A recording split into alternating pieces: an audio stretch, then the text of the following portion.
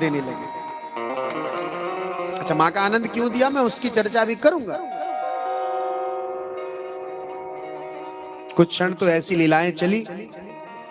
आज जब कुछ क्षण ऐसी चिल्लाएं चली, महाराज गोविंद के स्पर्श होते ही पूतना की अज्ञानता, पूतना की अविद्या, पूतना की राक्षसी माया धीरे धीरे धीरे धीरे कटने लगी। और पूतना की राक्षसी माया जैसे पूरी कटी, पूतना अपने वास्तविक राक्षसी के स्वरूप धारण करके अपना आकार बढ़ाने लगी। और भागी कहां भागी पूतना? महल से बाहर। जब मृत्यु समीप आती है तो लोग महल से बाहर भागते हैं। पूतना निकली घर से, शरीर का उसका विशाल आकार होता चला गया। हाँ, महलों को, छज्जों को, गलियों को तोड़ते तोड़ते पूतना जाती है और एक बड़े जोर से धड़ाम की आवाज होती है और पूतना पहाड़ पर गिर करके मर जाती है।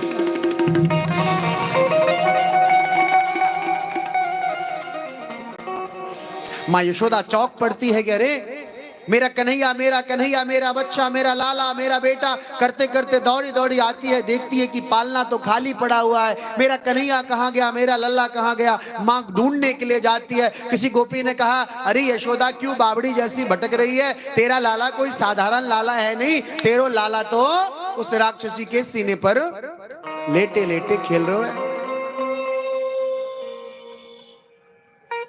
दौड़ती है मां।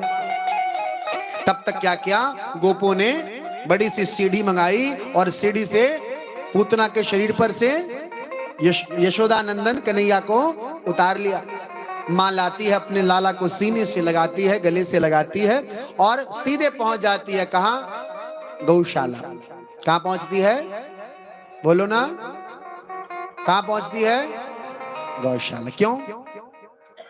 क्योंकि मां को ऐसा लगता है कि राक्षसी माया है, ये कोई डायन जोगन होगी और मेरे लाला को नजर लगा दिया, मेरे बच्चे को नजर लग गई और मां सीधे पहुंचती है नजर उतारने के लिए। कहां? गौशाला। अच्छा एक बात बताओ, सच सच बताना, अगर हमारे आपके बच्चों को इस समाज में नजर लग जाती है तो हम कहां लेके जाते हैं? कहां लेके जाते हैं? जाते हो ना? अब बोलो कि महाराज हम तो कहीं नहीं जाते हैं, झूठ मत बोलना। कहां जाते हो? जालीदार टोपी वाले के पास। मुंडी मत हिलाओ, सबको जानता हूं। ना तुम बली बाबा के दरवाजे पर जाते हो, ना तुम भुवनेश्वर महादेव के दरवाजे पर जाते हो, ना तो तुम विदेश्वर बाबा के दरवाजे पर जाते हो, ना तुम बाणेश्वरी भगवती के दरवाजे पर जाते हो, ना तुम नवादा भगवती के दरवाजे। तुम चले जाते हो सीधे कहां? वो टोपी वाले के पास। और टोपी वाला क्या करता है? निकलता है अंदर से और तुम्हारे बच्चों पर थू थू कर देता है। तुम प्रसन्न हो जाते हो कि नजर उतर गई। अरे धिक्कार है ऐसे लोगों पर, सनातनियों पर। आप क्या कर देते हो अंधविश्वास में, आपको पता नहीं चलता। अपने सनातन धर्म की शक्तियों को पहचानिए। घर में, अगर हमारे आपके घर में छोटा बच्चा भी अगर थूक फेंक देता है तो हम क्या करते हैं? उसको सफाई करते हैं बार बार। हाँ, धो लो। अरे झूठा हो गया, भगवान कैसे आएंगे? और उसी भगवान को स्वरूप जो छोटा सा बच्चा होता है उसको लेकर के जाते हो और उस पर खूब थूकवाते हो। एक बार से भी नहीं मन भरता है। शाम को आए, कल सुबह भी आना पड़ेगा, शाम को भी, और तुम बार बार जाते हो उस पर थूक फेंकवाने के लिए बच्चों पर।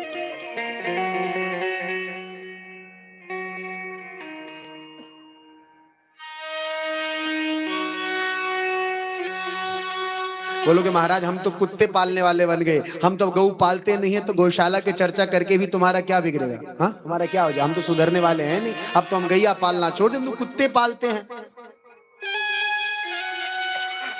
हम 10-15 हजार 20 हजार की गैया को पालना छोड़ करके हम 8 हजार 10 हजार के कुत्ते पालते हैं, क्योंकि गैया बड़ी खर्चीली हो जाती है। गैया पालने में ज्यादा खर्च, कुत्ते पालने में तो पता नहीं।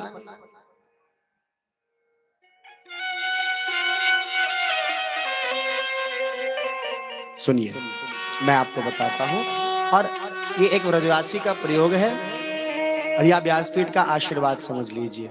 हमारे आपके घर में भी छोटा बच्चा होता है, बिटिया होती है, उसको नजर लगती है। अगर नजर लगे तो कुछ मत करना, सीधा ले जा करके कहीं भी देशी गौ माता होगी, किसी के दरवाजे की हो, आवश्यकता नहीं आपके दरवाजे की गौ माता, किसी के दरवाजे की देशी गौ माता हो, उस गौ माता के पास जाओ और वो गो खुड़ से जो, जिसको हम कहते हैं गैया, क्या कहते हैं, थैर, वही कहते हैं जहाँ गैया को बांधते हैं हम लोग, वहां की जो रज है, वहां की मिट्टी, जो गौ माता के घूमने से उनके खुड़ों से जो मिट्टी खुरिद जाती है, मिट्टी आ जाती है, वहां से मिट्टी उठाओ और अपने बच्चों के संपूर्ण शरीर में लेप दो और गौ माता की पूंछ पकड़ करके और उसकी 7 बार उल्टे उसको झाड़ा लगा दो।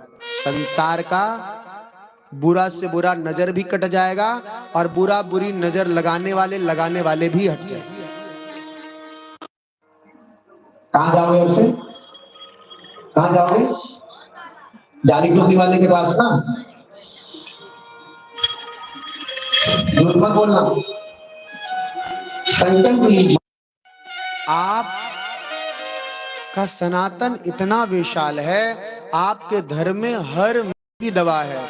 आपका भगवान, आपका गोविंद, आपका राम, आपका कृष्ण, आपके बली बाबा, आपके भुवनेश्वर भगवान, आपके बजरंग बली की ताकत कम नहीं हुई है कि आपको विधर्मियों के पास जाना पड़ेगा और उसका बोलबाला बढ़ाना पड़ेगा और अपने सनातन का नुकसान करने की आवश्यकता आपको नहीं पड़ेगी।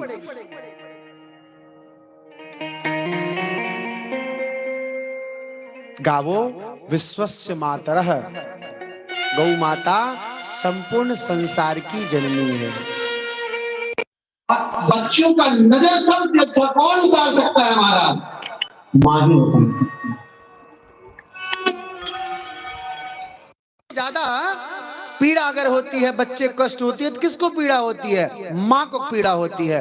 और गावो विश्वस्य मातरा, गौ विश्व की माता है, विश्व की जननी है, इसलिए गौ माता के शरण में जाओगे तो गौ माता कृपा करती है। और गौ की कृपा जब होती है तभी गोपाल की कृपा होती है। आप गोपाल गोविंद भजते चले जाओ, गाते चले जाओ, गौ की सेवा नहीं करोगे तो गोविंद गोपाल भी मानने वाले नहीं है। बोलो गौ माता की जय।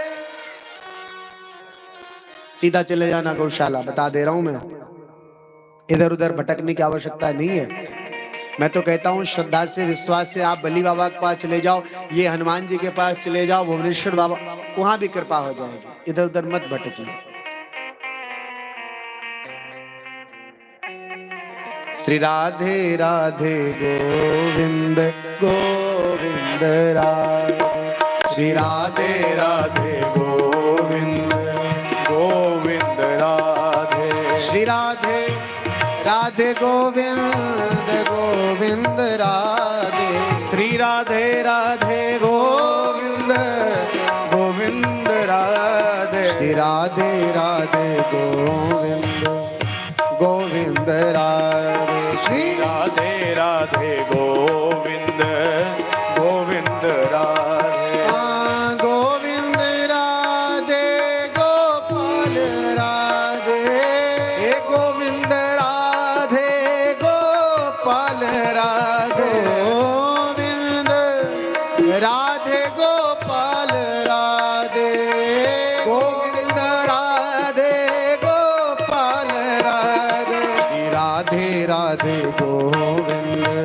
गोविंद राधे, श्री राधे राधे गोविंद गोविंद राधे, गोपाल राधे गोविंद राधे। बोलिए गौ माता की जय।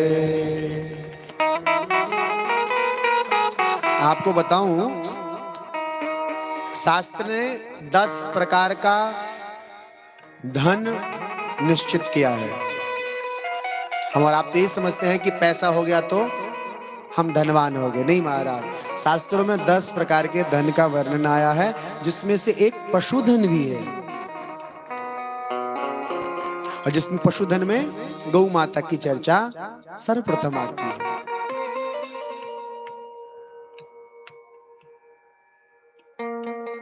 माँ गौशाला लेकर के गई लाला को, और क्या किया? झाड़ा लगाना शुरू किया। अव्याद जोंघ्री मणिमास्तव जानव थोड़ो, यज्ञोजुतं कटितटं जठरं हयास्य हतके सवस्तदुर ईश इनस्तु कंठम विष्णुर्भुजं मुखमुरुक्रम ईश्वरः क्रम। हाँ क्या? हे अजन्मा भगवान, मेरे लाला की पैरों की रक्षा करें।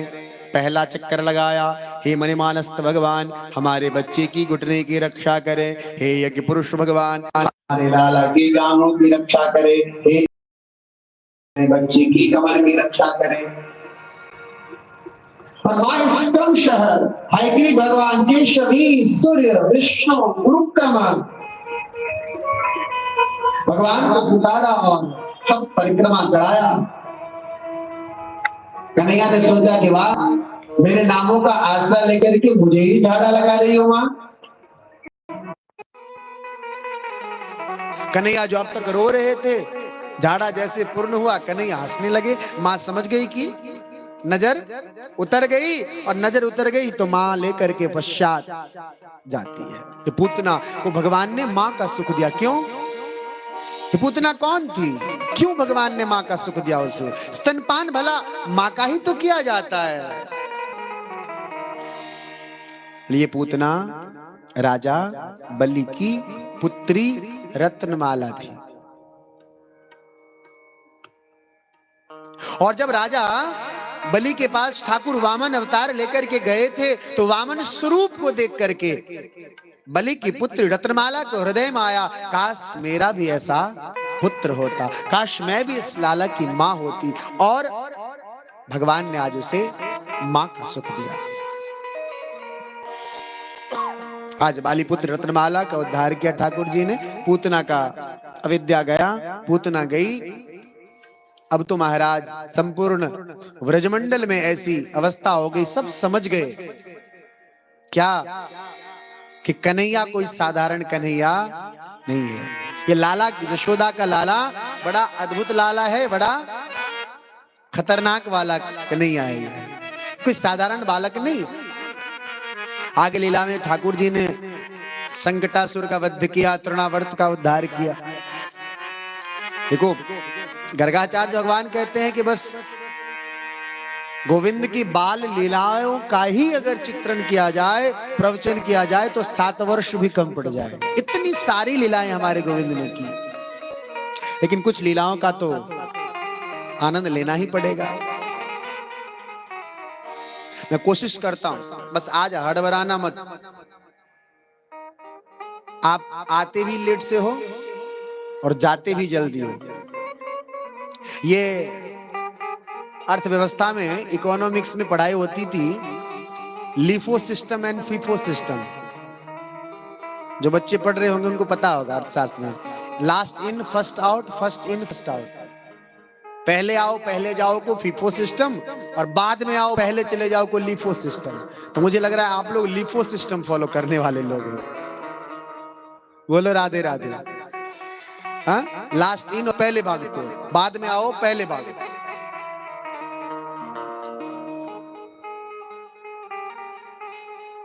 जितना ज्यादा समय देंगे उतना ज्यादा से ज्यादा भगवान की कथा आप सुन पाएंगे। ठाकुर जी की नामकरण की लीला हम लोग आनंद लें। गर्गः पुरोहितो राजन् यदूनां सुमहातपा व्रजं जगामनन्दस्य वसुदेव प्रचोदितः तं दृष्ट्वा परं प्रीतः प्रत्युत्थाय कृताञ्जलिः आनचिधोक्षजया प्रणिपात पुरःवरम्। गर्गाचार्य भगवान एक बार कहा नंदगांव घूमने के लिए आए, और नंद बाबा की जैसे नजर पड़ी गर्गाचार्य भगवान पे, तो गर्गाचार्य जी को कहा कि हे गर्गाचार्य ऋषि, आप हमारे बच्चों का नामकरण कर दीजिए, नाम रख दीजिए। गर्गाचार्य जी ने कहा कि नहीं नहीं, मैं आपके बच्चों का नाम नहीं रख सकता। क्यों नहीं रख सकता? क्योंकि मैं यदुवंशियों का पुरोहित हूं, और अगर मैं आपके बच्चे का नाम रख दिया तो कंस समझ जाएगा, इसलिए मुझसे नामकरण मत करवाइए। बाबा, नामकरण तो आप ही करोगे। एक काम कर सकते हो, चलो गौशाला में एकांत में नामकरण की लीला कर लेते हैं। गर्गाचार्य जी ने कहा ऐसी बात है, व्यवस्था करोगे तो ठीक है। और गर्गाचार्य जी पहुंच गए कहां? गौशाला में। लाखों लाख गौएं थी महाराज, उसके मध्य में माँ रोहिणी अपने पुत्र बलराम जी को लेके आती है और माँ यशोदा अपनी गोद में कृष्ण कन्हैया लाल को लेकर के उपस्थित हो जाती है। बस एक नंद बाबा गोप है और कोई गोपी नहीं है वहां पर। गर्गाचार्य भगवान ने सबसे पहले किनका? संकर्षण भगवान दाऊ भैया का, बलराम जी का नामकरण किया। अरे यह जो रोहिणी का पुत्र है इसलिए इसका एक नाम रोहिणी भी होगा, रोहण भी होगा। चूंकि यह राम के समान बलशाली है इसलिए इसका एक नाम बलराम भी होगा। कर्षण के बल पर देवकी के गर्भ से निकाल करके रोहिणी के गर्भ में स्थानांतरण किया गया, इसीलिए इसका एक और नाम संकर्षण भी होगा।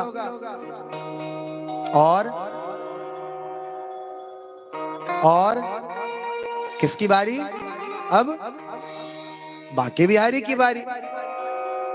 और बांके बिहारी की बारी में लेने के लिए मां यशोदा जब तक क्या करती है तो बाबा के गोद में दे देती है। मां अक्सर ऐसा काम करती है, जब कोई बाबा जी आते हैं, कोई ऋषि महात्मा आते हैं तो मां अपने गोद से लेकर के लाला को और किसी के गोद में नहीं देती, लेकिन कोई बाबा जी आ जाए तुरंत गोद में थाम देती है। क्यों? कुछ आशीर्वाद विशेष मिल जाए।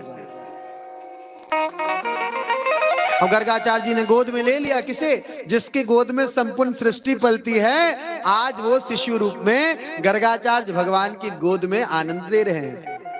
क्या अद्भुत लीला रही होगी महाराज।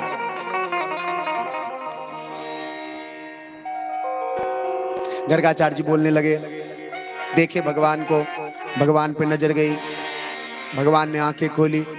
अब जैसे ठाकुर जी ने आंखें खोली, गर्गाचार्य ने, दोनों ने आंखें खोली और भगवान की नजरों में नजरें समाने से गर्गाचार्य जी को ध्यान लग गई। गर्गाचार्य कोई साधारण पुरोहित तो थे नहीं, ब्रह्मज्ञानी थे। गर्गाचार्य जी तो समझ गए, अरे ये तो साक्षात ठाकुर जी आ गए, ये तो साक्षात नारायण पधार गए हैं। और नारायण का ध्यान आते ही गर्गाचार्य जी की समाधि लग गई, चित्त ठाकुर जी में स्थिर हो गया, गर्गाचार्य जी समाधिस्थ हो गए महाराज। अब लेकिन समाधि भी ऐसी विचित्र समाधि, नजरें मिली गोविंद से, समाधि लगी बाबा की। अब यशोदा मां परेशान, कभी अपने लाला को देख रही है, कभी गर्गाचार्य जी को देख रही है। अरे कुछ बोलो तो बाबा, कुछ बाबा बोलो तो, बाबा यहां हो तब तो बोलो, बाबा तो चले वैकुंठ में। भगवान ने सोचा कि अगर ऐसी लीला ज्यादा देर रही तो मैं पकड़ा जाऊंगा कि मैं नारायण हूं। भगवान ने क्या किया? चुपके से हाथ उठाई और हाथ उठा करके गर्गाचार्य जी की दाढ़ी में उंगली फंसाई और दाढ़ी खींच दी। गर्गाचार्य जी की दाढ़ी जैसे खिंची, पीड़ा हुई, गर्गाचार्य जी का ध्यान टूटा और कहने लगे, अरे भैया ये तो साक्षात नारायण। भगवान ने जोर से पैर पटका, गर्गाचार्य जी के जांग पर पैर लगे। गर्गाचार्य समझ गए भगवान फिर से कुछ कहना चाह रहे। नारायण कहे मुंह बंद हो गई। ठाकुर अब क्या? ऐसा मत बोलो मैं नारायण हूं, वरना मेरा तुम्हारा दोनों अभी वैकुंठ का टिकट काट दिया जाएगा। फिर क्या बोलना है? भगवान ने दिव्य ज्ञान दिया। अब गर्गाचार्य जी की भाषा बदली। यशोदा मां ने पूछा, बोलो बोलो बाबा क्या कह रहे थे? हाँ मैं कह रहा था ये जो तुम्हारा लाला है ना, ये साक्षात नारायण जैसा है। अच्छा, अब बात संभल गई। गर्गाचार्य जी ने बात को संभाला गोविंद की कृपा से। जय जयकार हुई, भगवान का अनेकानेक नाम रखा गया। अजन्मा, श्याम, कृष्ण, गोविंद, गोपाल, अनेकानेक नाम गर्गाचार्य भगवान ने रखा और कहा कि इनकी लीला ऐसी होगी, इस बालक की लीला के कारण गोपियां भक्त मिलकर के अनेकानेक नामों से इनको पुकारते रहेंगे। बोलिए कृष्ण कन्हैया लाल की जय। भगवान आए। ठाकुर जी की एक बड़ी अद्भुत लीला है। ओ मैया मोरी मैं नहीं माखन खायो, मैया मोरी मैं नहीं माखन खायो, मैया मोरी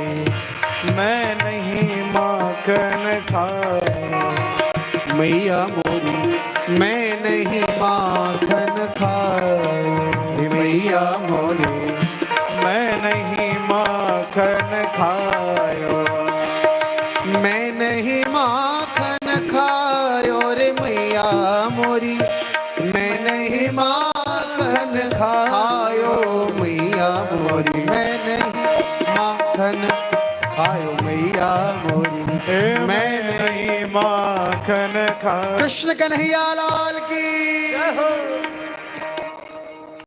माखन लीला। अच्छा, अनुभव करके देखिए जिसके पिता के पास 1.25 लाख गौए हो, गर्गाचार्य भगवान कहते हैं कि सिर्फ नंद बाबा की गौशाला में नंद बाबा के पास 1.25 लाख गौए थी। हाँ, जिसके पिता के पास 1.25 लाख गौए हैं, उसका बालक, उसका बेटा कहीं माखन चुराने के लिए जाए, ये बात हजम होने वाली है क्या?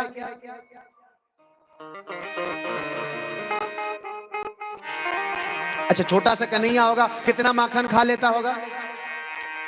कितना खा लेता होगा? थोड़ा सा खा ले महाराज, 25 ग्राम, 50 ग्राम, 100 ग्राम, 200, 1.25 लाख गौएं थी महाराज। सारी गैया बाजन थोड़े न होगी जो दूध नहीं देती होगी, माखन नहीं बिलोती होगी माँ यशोदा। हांडी भर भर के माखन, और लाला माखन खाने के लिए दूसरे घर चोरी करने के लिए जाए क्यों? ठाकुर जी की आनंद लीला में भक्तों पर कृपा करने की ठाकुर जी की जितनी लीला है, उस लीला में माखन चोरी की लीला बड़ी अद्भुत लीला है।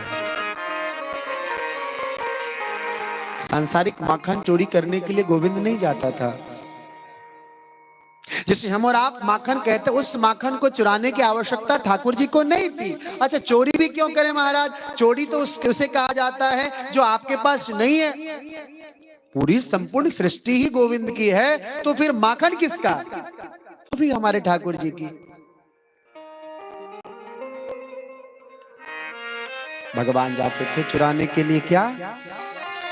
माखन। इस माखन का अगर आप पर्यायवाची ढूंढेंगे तो माखन का मतलब होता है हृदय। क्या क्या? हृदय, चित्त, मन। और भगवान को सांसारिक माखन नहीं, भगवान ने तो सांसारिक माखन को बहाना बनाया। भगवान को वास्तव में भक्तों का जो चित्त होता है, भक्तों का जो हृदय होता है, वह बड़ा प्यारा लगता है। गोस्वामी बाबा की पंक्ति, हे जी संत हृदय नवनीत समाना, संत हृदय नवनीत समाना, संत हृदय नवनीत समाना, कहीं वेद इतिहास पुराना, कहीं वेद इतिहास पुराना। बोलिए माखन चोर सरकार की, बोलिए चित्त चोर भगवान की, बोलो राधे राधे।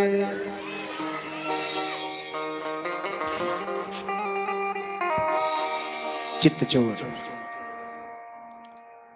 संतों का हृदय, भक्तों का हृदय है, उसका ही एक नाम क्या है? माखन। इसे गोस्वामी जी ने नवनीत कहा। नवनीत का मतलब होता है क्या? माखन।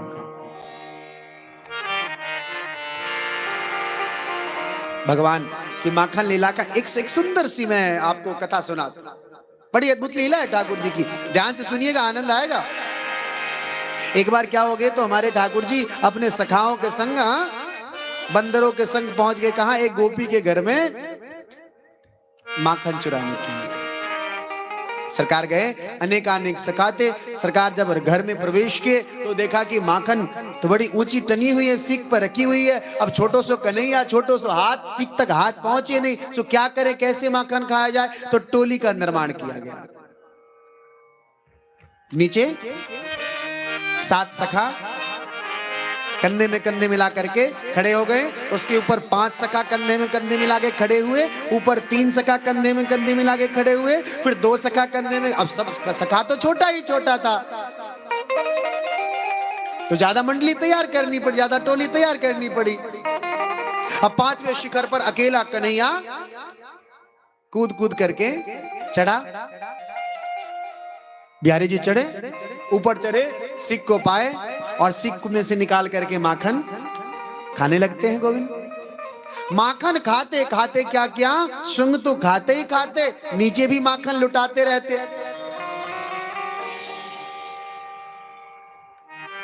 माखन लुटाते लुटाते खाते खाते एक अद्भुत लीला हुई। क्या हुई, पायल की आवाज बजने लगी, छन छन छन की आवाज आई।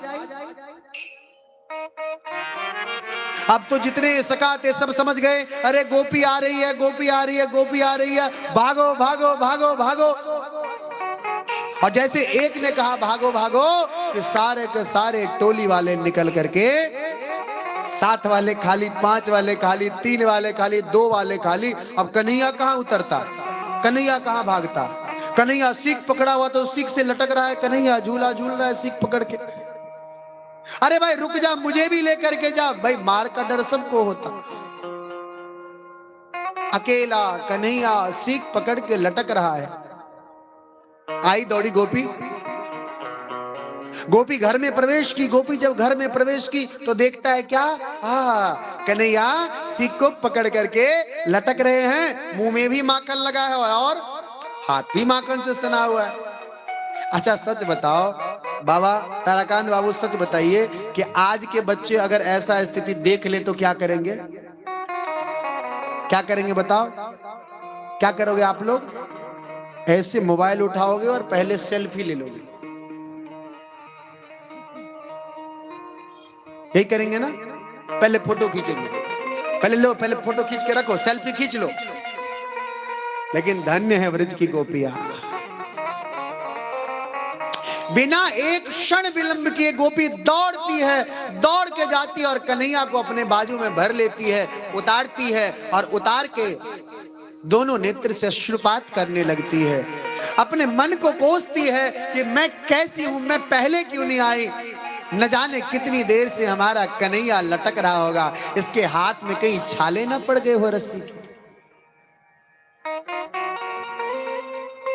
इसके हाथ में कभी रस्सी की तपिश के कारण कोई घाव तो ना हो गया। उतारती है गोविंद को और गोविंद को नीचे उतार करके गोविंद के दोनों हाथों को देखती है। अरे लाला, तेरे हाथ तो सलामत हैं, तेरे हाथ में कोई घाव तो नहीं आ गए, तेरे हाथ में कोई फोले तो नहीं आ गए। गोपी के हृदय का ऐसा भाव, कन्हैया सोच रहे हैं कि अगर ये अभी माँ के पास, यशोदा माँ के पास लेकर के चली गई तो बेकार में डांट पड़ जाएगी। सहसा गोपी को याद आई कि देख तू बड़ा लीला करता है, आज मैं भी तुझ संग लीला करती हूं। और लीला करने के लिए गोपी क्या करती है, कन्हैया की कलाई को पकड़ लेती है जोर से और कहती है देख कन्हैया, चल आज मैं तुम्हारी मैया के पास शिकायत लेकर के तेरे संग जाऊंगी। क्यों?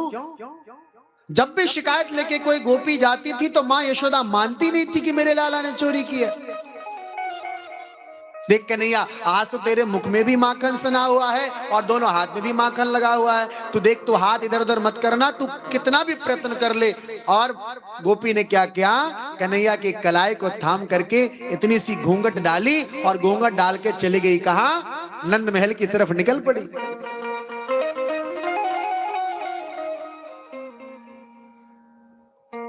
कन्हैया को खींच कर लेके जा रही है, घूंघट काढ़ी हुई है। अब कन्हैया परेशान, कोई युक्ति ढूंढ नहीं रही है, कैसे इसके हाथ से बचा जाए, कैसे इसके हाथ से निकल के बाहर जाया जाए, क्या करूं मैं, कोई बात नहीं सूझ रही, कोई दिख भी नहीं रहा, किससे सहायता मांगूं। तभी गोविंद की नजर पड़ती है, दूसरी तरफ से सामने से आ रहा था एक ग्वाला।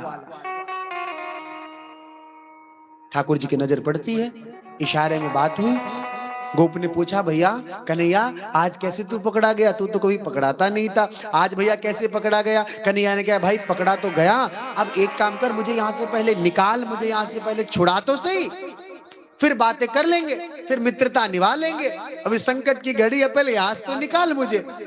अरे देख कन्हैया, तेरा हाथ थामी हुई है, बड़े जोर से थामी हुई है, मैं इसके हाथ से तुझे कैसे छुड़ा सकता भला? भगवान ने कहा, देख भैया, तू छुड़ा या ना छुड़ा, आज तेरे यार की बदनामी तो झूठी लग जाएगी। मैंने कोई माखन चोरी की नहीं है भैया, आज मैं सच कह रहा हूं, मैंने कोई माखन नहीं चुराई है। आज तो ये जबरदस्ती मुझे लेकर के जा रही है मैया के पास शिकायत लगा कर, हैं?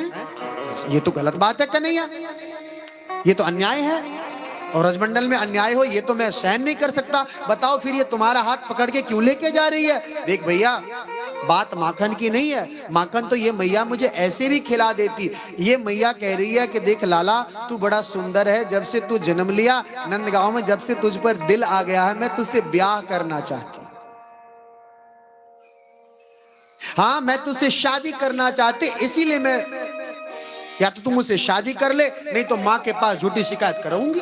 जब तक तू शादी नहीं करेगा, जब तक मैं प्रतिदिन लेकर के जाऊंगी और यशोदा से शिकायत करूंगी, तेरी पिटाई करवाऊंगी। गोप ने कहा, भाई ये तो बड़ा अन्याय का बात है, तू छोटा सा लाला, ये बड़ी सी हाँ गोपी, ऐसे कैसे कोई मेल होता है क्या? कन्हैया ने कहा, भैया एक काम हो सकता है। क्या? अगर तू इससे शादी कर ले तो मेरा पिंड छूट जाए, मैं उद्धार हो जाऊं, मैं मुक्त हो जाऊं, या गोपी के जाल से। कन्हैया, ये हाथ तो तुम्हारा थाम रखी है, मेरा हाथ थोड़ी ना थाम रखी है जो मैं ब्याह कर लूं। देख भैया, वो जिम्मेवारी मेरे पे छोड़ दे, कैसे मेरा हाथ छोड़ के तेरा हाथ थामेगी ये मुंह पे छोड़ दे। बस तू ये कर, तू इससे ब्याह करेगा। और ब्याह के नाम पर तो जवान छोड़े की लड्डू फूटने लगते हृदय में महाराज, वाकई भी लड्डू फूटी, रसगुल्ले फूटने लगे, जलेबी छनने लगी, हाँ बारात सजने लगी। मन ही मन, हाँ लाला, हाँ कन्हैया, मैं शादी करूंगा। भगवान ने गोपी को इमोशनल ब्लैकमेल करना शुरू किया। अरे मैया, मेरे छोटो छोटो हाथ है, तू इतनी जोर से पकड़ रखी है, नेक एक काम कर, इस कलाई को छोड़ करके दूसरी कलाई पकड़ ले। तो कितनी बेराम है, तू कितनी कठोर हृदय की मालकिन है रे। देख देख देख, वहां रस्सी से मेरे हाथ में छाले पड़े ना पड़े, वहां की बड़ी ध्यान रखी थी। अब देख तो मेरी कलाई को कितने जोर से तू थाम रखी है, मेरी छोटी सी कलाई दुख रही है। गोपी सोचती है, अरे ये तो मुझसे बहुत भारी गलती हो रही है, ये छोटा सा लाला है, मैं इसकी कलाई थाम रखी हूं, मैं भी कितनी बेरहम हूं। कहा, ठीक है कन्हैया, देख मैं घूंघट, रास्ते में मैं घूंघट नहीं हटा सकती, मैं घूंघट खोल नहीं सकती, इस बात का ध्यान रखना, जब मैं घूंघट उठाऊंगी तो तू कोई चालबाजी मत कर देना। भगवान ने कहा कि नहीं, मैं कोई चालबाजी नहीं करूं। और गोपी घूंघट उठाती नहीं है, घूंघट काढ़ी काढ़ी जैसे कन्हैया की एक कलाई छोड़ती है, घूंघट की आड़ में कन्हैया ने क्या किया, दौड़ के कन्हैया जाते हैं और वह जो गोप था उसकी कलाई गोपी के हाथ में पकड़ा दे।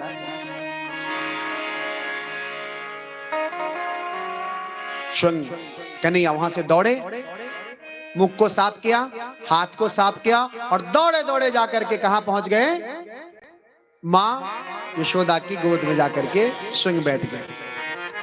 अभी घूंघट की आड़ में तो लीला कर दिया कन्हैया ने।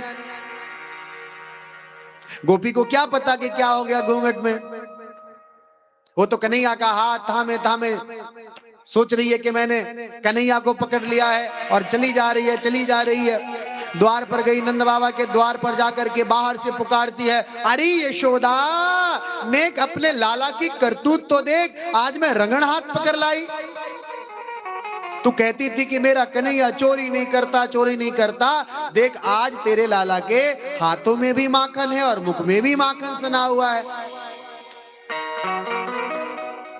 मां यशोदा सोचती है, ये किसको पकड़ के लेके आ गई, मेरा कन्हैया तो मेरे गोद में है, मेरा लाला मेरे गोद में, फिर ये पता हो सकता है कन्हैया की प्रेम की आधिक्यता के कारण हो सकता है सब में इसे कन्हैया ही दिखाई पड़ रहा हो, किसी और को पकड़ के लेके आ गई होगी, या स्वप्न में चल के आ गई होगी, सपने में देख रही होगी कन्हैया है कन्हैया है। माँ एक बार शांत रह जाती है, दूसरी बार पुनः गोपी पुकारती है, अरे यशोदा अब क्यों ना महल से निकल करके देख रही है लाला की करतूत, जरा देख देख देख तेरी कन्हैया को पकड़ के लाए।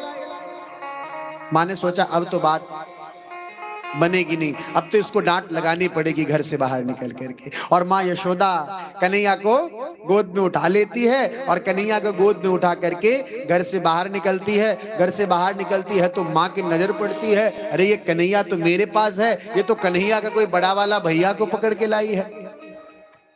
तब तक तो गोपी शिकायत की झड़ी लगा देती है यशोदा माँ के पास, आज पिटाई करवाऊंगी, आज डंडे लगवाऊंगी, आज कान में चिमटे करवाऊंगी, आज थप्पड़ लगवाऊंगी, आज न जाने क्या क्या क्या कन्हैया के बारे में गोपी बोल गई। मां ने कहा, अड़ी बाबरी, अड़ी गोपी, तू किसको पकड़ के ले आई रे? तुझे हर किसी में मेरा कन्हैया ही दिखता क्या? गलती कोई करे और शिकायत मेरी कन्हैया की। नेक अपनी घूंघट तो उठा, और जैसे ही वो गोपी घूंघट उठाती है महाराज, घूंघट खुली, घूंघट उठी तो सामने देखती है कन्हैया मां यशोदा की गोद में बैठ करके मंद मंद मुस्कुरा रहे हैं। जैसे आंख से आंख मिली, कन्हैया ने गोपी को क्या किया, आंख झपका दिया। गोपी लज्जा के मारे शर्म गई, हाँ मैं ला तो रही थी कन्हैया को पकड़ के, लेकिन ये चमत्कार कैसे हो गया? याद आई कि फिर मैं कलाई किसकी पकड़ी हुई। जब कलाई की तरफ ध्यान जाती है ये कौन सा पुरुष है, तो देखती है कोई और नहीं था, उसका अपना सगा देवर ही था जिसको पकड़ करके ला रही थी। भगवान की बाल लीलाओं का क्या आनंद है। माखन सरकार सबके चित्त चोर है, और गोपियों के संग वो लीला करते करते, बाल क्रीड़ा करते करते करते सभी गोपियों के चित्त में ठाकुर जी विराजमान हो गए थे। किसी को ना अपना भाई सुहाता, ना अपना स्वामी, ना ससुर, ना जेठ, कोई किसी गोपियों को अब कन्हैया के सिवा और कुछ तो भाई नहीं रहा महाराज। गोपी गाती है, मैंने मेहंदी रचाई रे, मैंने मेहंदी रचाई रे कृष्ण नाम की, मैंने मेहंदी रचाई रे कृष्ण नाम की, मैंने मेहंदी रचाई रे कृष्ण नाम की, ओ मैंने मेहंदी रचाई रे कृष्ण नाम की, मैंने बिंदिया लगाई रे कृष्ण नाम की, मैंने बिंदिया लगाई रे कृष्ण नाम की, मेरी चूड़ियों में कृष्ण, मेरी चुंदरी में कृष्ण, मेरी चूड़ियों में कृष्ण, मेरी चुंदरी में कृष्ण, मेरी चूड़ियों में कृष्ण, मेरी चुंदरी में कृष्ण, मेरी चूड़ियों में कृष्ण, मेरी चुनरी में कृष्ण, मैंने नथनी गढ़ाई रे कृष्ण नाम की, मैंने नथनी गढ़ाई रे कृष्ण नाम की। जय हो चित्तचोर भगवान की जय हो। मधुर ताली की सेवा करते हुए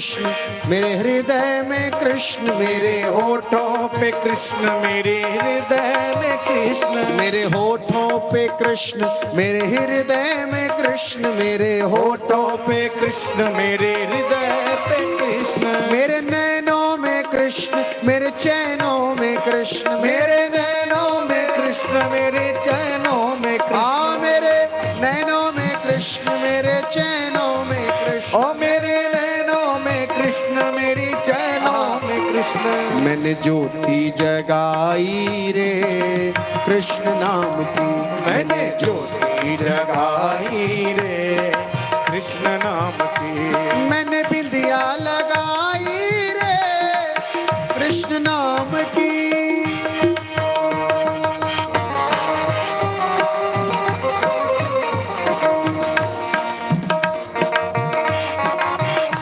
आनंद कंत भगवान की जय हो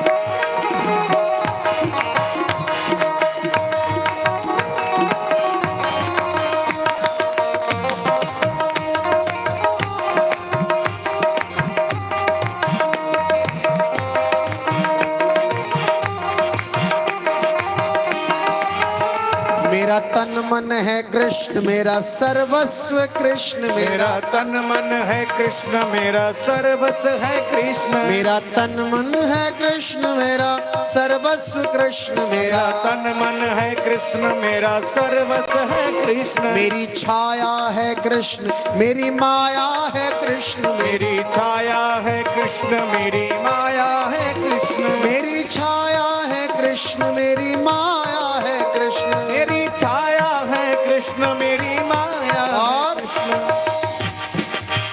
मैंने माला बनाई रे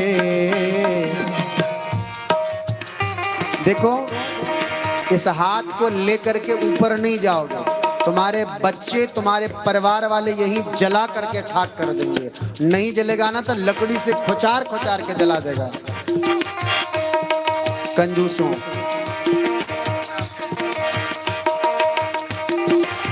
ऐसे अगर अपनी मर्जी से करोगे तो कितना आनंद आएगा ना और आनंद आएगा मेरा प्रीतम है कृष्ण मेरा जीवन है कृष्ण मेरा प्रियतम है कृष्ण मेरा जीवन है कृष्ण ओ मेरा प्रीतम है कृष्ण मेरा जीवन है कृष्ण ओ मेरा गाइए है कृष्ण मेरा जीवन है कृष्ण ओ मेरा प्रीतम है कृष्ण मेरा जीवन है कृष्ण मेरा प्रियतम है कृष्ण मेरा जीवन और है कृष्ण मैंने माला बनाई रे मैंने माला बनाई रे कृष्ण नाम की मैंने माला बनाई रे कृष्ण नाम की मैंने माला बनाई रे कृष्ण नाम की मैंने माला बनाई रे कृष्ण नाम की आहा मैंने मेहंदी रचाई रे कृष्ण नाम की मैंने मेहंदी रचाई रे कृष्ण नाम की ओ मैंने मेहंदी बनाई रे कृष्ण नाम की मैंने मेहंदी रचाई उठाइए कृष्ण नाम की ओ मैंने बिंदिया लगाई रे कृष्ण नाम की ओ मैंने बिंदिया लगाई रे कृष्ण नाम की ओ मैंने चूड़ी बनाई रे कृष्ण नाम की मैंने चूड़ी बनाई रे जय जय श्री राधे बोल वृंदावन बिहारी लाल लाल की जय अब बोल दो राधे राधे कंजूसों जोर से बोलना पड़ेगा इससे भी काम नहीं चलने वाला ठाकुर जी ने बड़ी सुंदर लीला की ठाकुर जी की एकाध लीला में आइए और प्रवेश करके देखें क्या आनंद है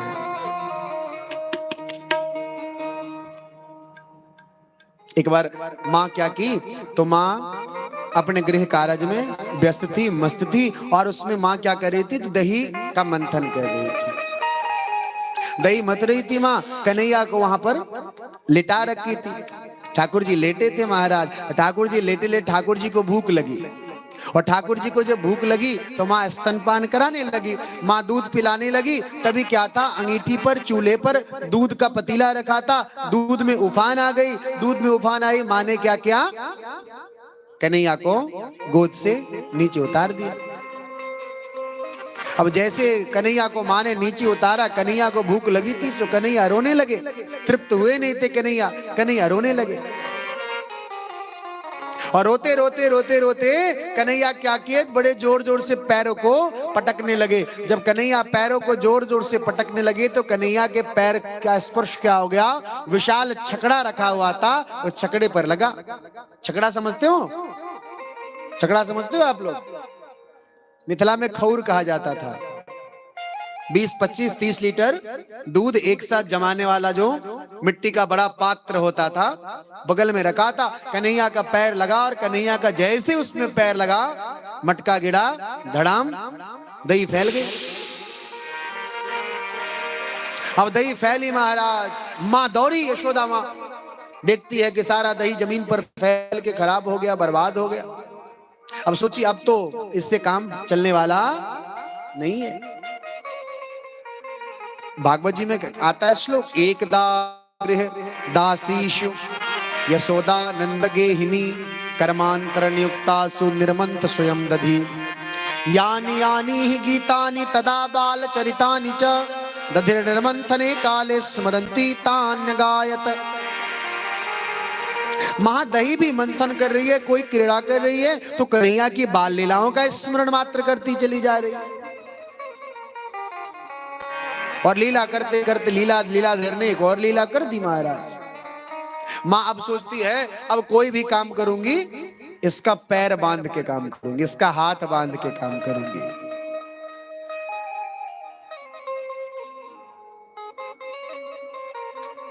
माँ को कहीं वन में गौचारा आदि लाने की आवश्यकता पड़ी।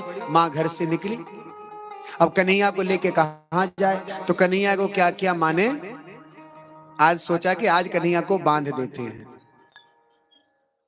क्या सोचा माँ ने, आज ठाकुर जी को माँ क्या कर रही है, बांधने चली है। अच्छा बोलो, भगवान को कोई बांध सकता भला? भगवान को कोई बांध सकता है? बाबा कोई ठाकुर जी को बांध सकता भला क्या? मैं कहता हूं कि ठाकुर जी ही एक ऐसे वस्तु हैं जो सबसे जल्दी बंधने वाले हैं। हाँ महाराज, ठाकुर जी तो इतने शीघ्रता से बंध जाते हैं कि क्या कहना, इससे जल्दी कोई दूसरा नहीं बन सकता जितनी शीघ्रता से ठाकुर जी बन जाते। लेकिन हाँ, सांसारिक डोरी से नहीं, प्रेम की डोरी से। हमारे गोविंद तो सबसे पहले बंधने वाले में से, लेकिन कोई प्रीत की डोरी में बांधे तो सही उनको।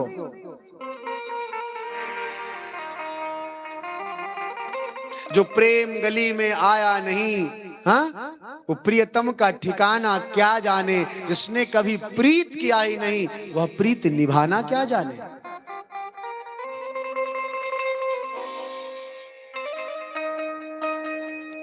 कन्हैया को बांधा जा सकता है, ठाकुर को बांधा जा सकता है, भगवान को बांधा जा सकता है, लेकिन प्रेम की रस्सी से, प्रेम की डोरी चाहिए। लेकिन मां यशोदा आज संसार की रस्सी से कन्हैया को बांध रही है। भाव का दर्शन कीजिएगा। भागवत की मैंने पहले भी बताया था, बाल लीला में प्रवेश करने से पूर्व कि भगवान की बाल लीलाओं को ऐसा नहीं समझिएगा कोई साधारण कथा नहीं है। भगवान की प्रत्येक बाल लीलाओं में जीवन का एक बड़ा गूढ़ रहस्य छिपा पड़ा है।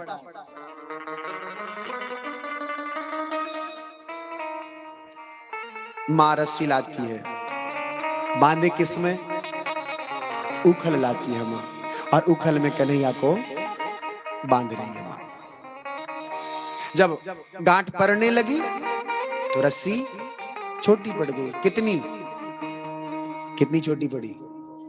हाँ, किसी ने कहा 4, किसी ने कहा 2, किसी 1 से 2 हो गए बाबा, पहले 1 आए थे 2 आ गए। आप माई बड़ी चलो चतुर है। माई ने ना 2 4 बोली इतना, ताकि माई के हाथों में 5 उंगली है। महाराज 1 से 5 तक कोई गिनती लेंगे तो मेरा पता का लहरा जाएगा। जय हो माई की। माँ होती ही ऐसी है, ना खुद हारती है ना बच्चे को हारने देती है, इसलिए तो माँ अद्भुत है। कितनी छोटी पड़ी बाबा? 2। किसी ने कहा 4। उंगली छोटी पड़ी 4।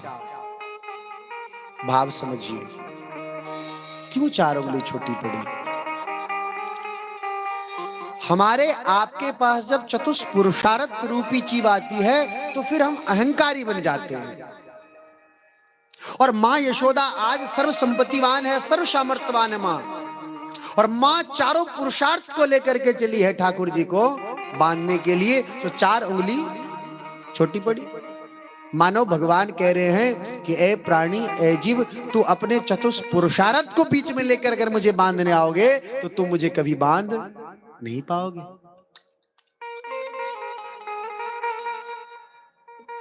मां परेशान है, जाती है वापस, थोड़ी सी और रस्सी लाती है, जोड़ती है, पश्चात पुनः कन्हैया को बांधी। अब इस बार भी रस्सी छोटी पड़ी, कितनी? 3। मानो जब मां दूसरी बार जाती है तो लगता है अरे पहली बार में जब अर्थ की रस्सी में लेके आई थी मुझे लगता था कन्हैया बंध जाएगा, लेकिन मेरा अर्थ का सामर्थ्य को कन्हैया ने धूमिल किया, पहला पुरुषार्थ कन्हैया ने खत्म किया, अब 3 उंगली छोटी किया।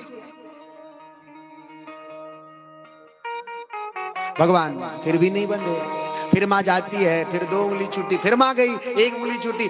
अब मां क्या करती है, जब 4 बार जाती है और चतुष्पुरुषार्थ का मां का हृदय से खंडन हो जाता है, चारों बार मां हारती है, परास्त हो जाती है, कन्हैया को, ठाकुर को, मनमोहन को, चित्तचोर को, गोविंद को, गोपाल को बांध नहीं पाती है। मां पसीने से लथपथ होकर के कन्हैया के सामने हाथ जोड़ती है, रे कन्हैया लाला तू बंध जा, तेरी मैया बहुत परेशान है लाला, तू बंध जा, देख तेरी मां पर तुझे दया नहीं आ रही। और जब तक जीव इस प्रकार की भावना ठाकुर के सामने नहीं करता है, जब तक ठाकुर जी हमारी प्रेम की रस्सी में नहीं बंधते हैं। जब मां के हृदय करुणा से भरी चतुष्पुरुषार्थों का ठाकुर जी ने देखा खंडन हो गया, मां अब शरणागति ले रही है, तो कन्हैया प्रेम से मां की उस छोटी सी रस्सी में बंध जाते हैं और देवता पुष्प की बरसात कर देते हैं। ठाकुर जी को बांधना हो, ठाकुर जी को मनाना हो, तो आप अपने अहंकारों की रस्सी को हटाओ। मैं धनवान, मैं बलवान, मैं सामर्थ्यवान, मैं सुंदर, नहीं, हटाओ इसको। इससे हमारे गोविंद को कोई आवश्यकता नहीं है। उससे ज्यादा सुंदर कौन हो सकता, उससे ज्यादा सामर्थ्यवान कौन हो सकता, उससे ज्यादा शक्तिमान कौन हो सकता, उससे ज्यादा धनवान कौन हो सकता, उससे ज्यादा बुद्धिमान कौन हो सकता? क्या आवश्यकता उसको इस चीज की? जब तक हम शरणागति नहीं लेंगे ठाकुर जी को, जब तक हम बांध नहीं सकते हैं। बांध दिया गया, आज हमारे ठाकुर जी को बांध दिया गया। माँ बांधती है, हाँ, माँ जाती है गौचाड़ा आदि एकत्र करने के लिए वन को जाती है। कन्हैया ने सोचा माँ ने बांध ही दिया प्रेम की रस्सी से, एक आध लीला कर ही ले, जो मेरे प्रेम के लिए युग युग से मेरी तपस्या कर रहा, मेरी प्रतीक्षा कर रहा, मेरा इंतजार कर रहा। हाँ, कुबेर का नाम सुने? कुबेर, उनके 2 पुत्र थे, मणिग्रीव और नलकूबर। क्या नाम था? मणिग्रीव और नलकूबर। वो एक बार क्या कर रहे थे, गंधर्व थे, तो एक बार नदी में स्नान कर रहे थे, वहां से भगवान निकले, नारद जी निकले, और नारद जी जब निकले तो उनको कोई शर्म ही नहीं हुआ। क्यों? उस समय वो अप्सराओं के संग, गंधर्विनियों के संग जल क्रीड़ा कर रहे थे, शर्म नहीं हुआ, साधु की अवहेलना हुई। नारद भगवान ने श्राप दे दिया, अरे जड़, अरे मूर्ख, तुमको साधु के देख करके मर्यादा का तुमको ध्यान नहीं, जाओ तुम जड़ हो जाओ।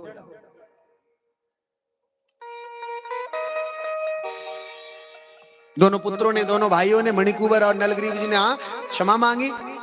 नारद जी ने कहा अब तो कुछ हो नहीं सकता, मृथा न होई देव ऋषिवानी, द्वापर युग का इंतजार करो, कृष्ण चंद्र आएंगे और बालक स्वरूप में तुम्हारे, तुम जो जड़ रूप में रहोगे, तुम जो वृक्ष रूप में रहोगे, वहां उनके शरीर का, उनके रोम का स्पर्श होगा और तुम उद्धार हो जाओगे।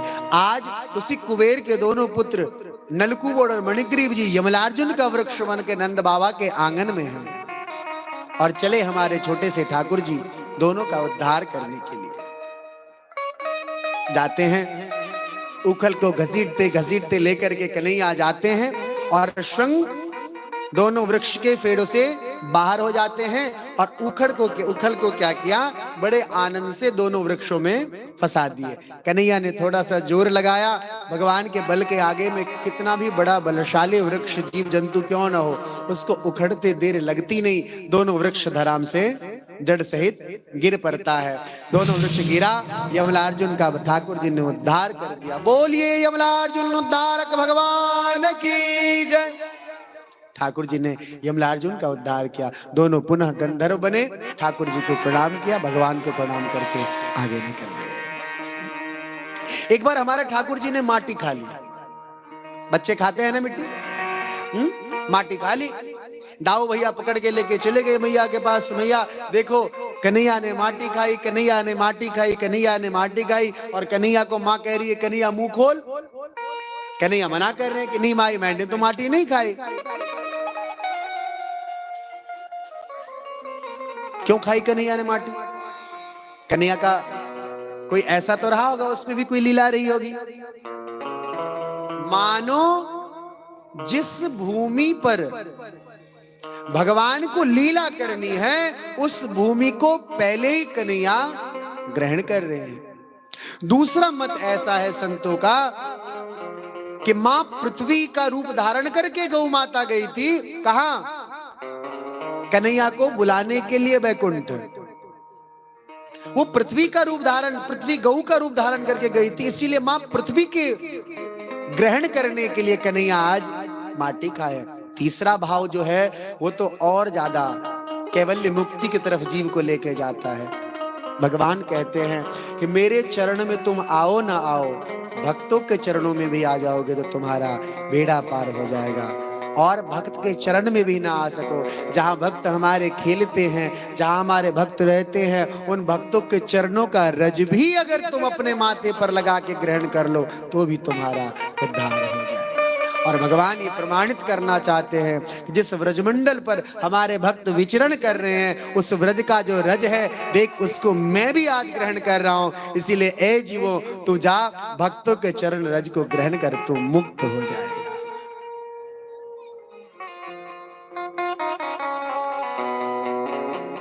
मां बार बार जिद करती है, कन्हैया मुंह खोल के दिखा, मुंह खोल के दिखा। कन्हैया जिद करने के बाद मुंह खोलते हैं। मां उस मुख में संपूर्ण ब्रह्मांड के सृष्टि का पर्वत श्रृंखला, सब कुछ का दर्शन करने लगती है। और देखते उसी भारतवर्ष भी है, उसी भारतवर्ष में वृंदावन ग्राम में, जिसमें मां कन्हैया का कान पकड़ करके अमेट रखी है और कन्हैया मुख खोला हुआ है, मां उसमें देख रही है। मां की तो हालत खराब हो जाती है। अरे कन्हैया सोचते हैं कि अगर माँ की भ्रम अगर मैंने तोड़ी नहीं तो फिर माँ मेरे भाव को, मेरे अंदर की जो बात है उस बात को समझ जाएगी, फिर मैं और बाल लीला कैसे कर पाऊंगा, मुझे वात्सल्य प्रेम मिलेगा नहीं।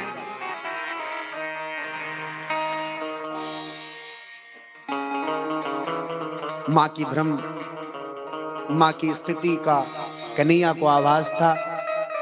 कन्हैया ने मोहिनी विद्या का प्रयोग किया और मां की सारी यादाश्त धूमिल कर दी। मुख बंद हुए। भगवान ने अनेक असुरों का जो कंस राज के द्वारा भेजा गया, सबका ठाकुर जी ने संहार किया।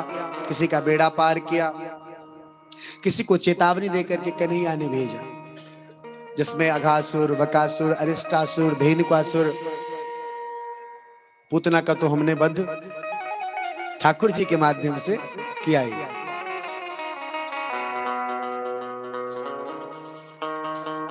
ठाकुर जी की एक और लीला सुनाता हूं।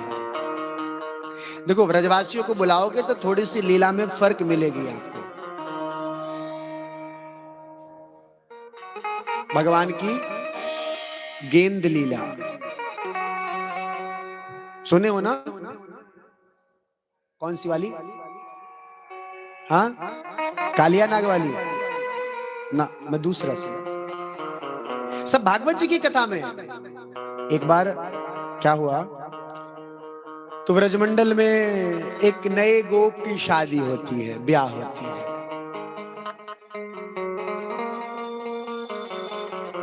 दुल्हनी आती है। अब जब दुल्हनिया नई नई आती है तो सासू माँ बताती है, देख ये वो है, ये यहाँ ये कमरा है, ये कमरा है, ये ऐसा कमरा है, ऐसा, यहाँ मत जाना, वहां मत जाना, ये मत करना, सब कुछ समझाती है। वो सासू माँ सारी बात बताती है, सारा महल से परिचय करवाती है, चाबी थाम देती है, देख अब तू माया संभाल। एक जगह लेकर के जाती है वो सासू माँ, जो बालकनी थी, और वो बालकनी छत की तरफ खुल रही थी, और उस बालकनी का जो दूसरा ओर था वो क्या था, जो निधिवन आदि था, उस निधिवन से वन से जो नंदगांव का रास्ता आ रहा था, उस तरफ जाकर के बालकनी का दरवाजा खुलता था। सासू मैया ने कहा कि देख, जहां मर्जी वहां घर में डोल लेना, जहां मर्जी जो बनाने का मर्जी वो बना लेना, खा लेना, जैसे रहना वैसे रहना, बस इस बालकनी वाले दरवाजे को गलती से भी मत खोल। हाँ कर लो, बातें कर लो, आवश्यक है, करो बातें करो, बहुत आवश्यक है, करो। वहां भी मुंडी हिला रही है, हाँ कर रही हूँ, कर रही, क्या करोगे, करूंगी, मैं कह रहा हूं बातें कर लो, बोले बोलो राधे राधे। अरे अहंकार के वश में कहता हूं, सामान्य वश में कहता हूं, आप तो मुट्ठी भर श्रोता हो यहाँ पर, आप मुट्ठी भर श्रोता हो यहाँ पर। गिनती से मुझे लग रहा है बाबा गिनेंगे तो 100-125 से ज्यादा नहीं होंगे। हाँ 10,000 लोगों की श्रोता का इस दास के द्वारा कथा किया जाता है, जहाँ कई सारे टीवी लगा दिए जाते हैं, और फिर भी पीछे वाले पंक्ति में भी कोई श्रोता बात करता रहता है, तो इस दास पर गुरु जी की इतनी कृपा है कि मैं टोक देता हूं कि पीछे पंक्ति वाले बात मत करो, सावधान हो जाओ। और यहां तो बिल्कुल, ये तो पारिवारिक कथा है, और आप सब जो है उपस्थित हो रहे हो, निश्चित इस परिवार से जुड़े हुए हो, इसीलिए इस परिवार के सदस्य बनकर के आप भागवत की कृपा प्राप्त कर रहे हो। बातें बिल्कुल नहीं करो।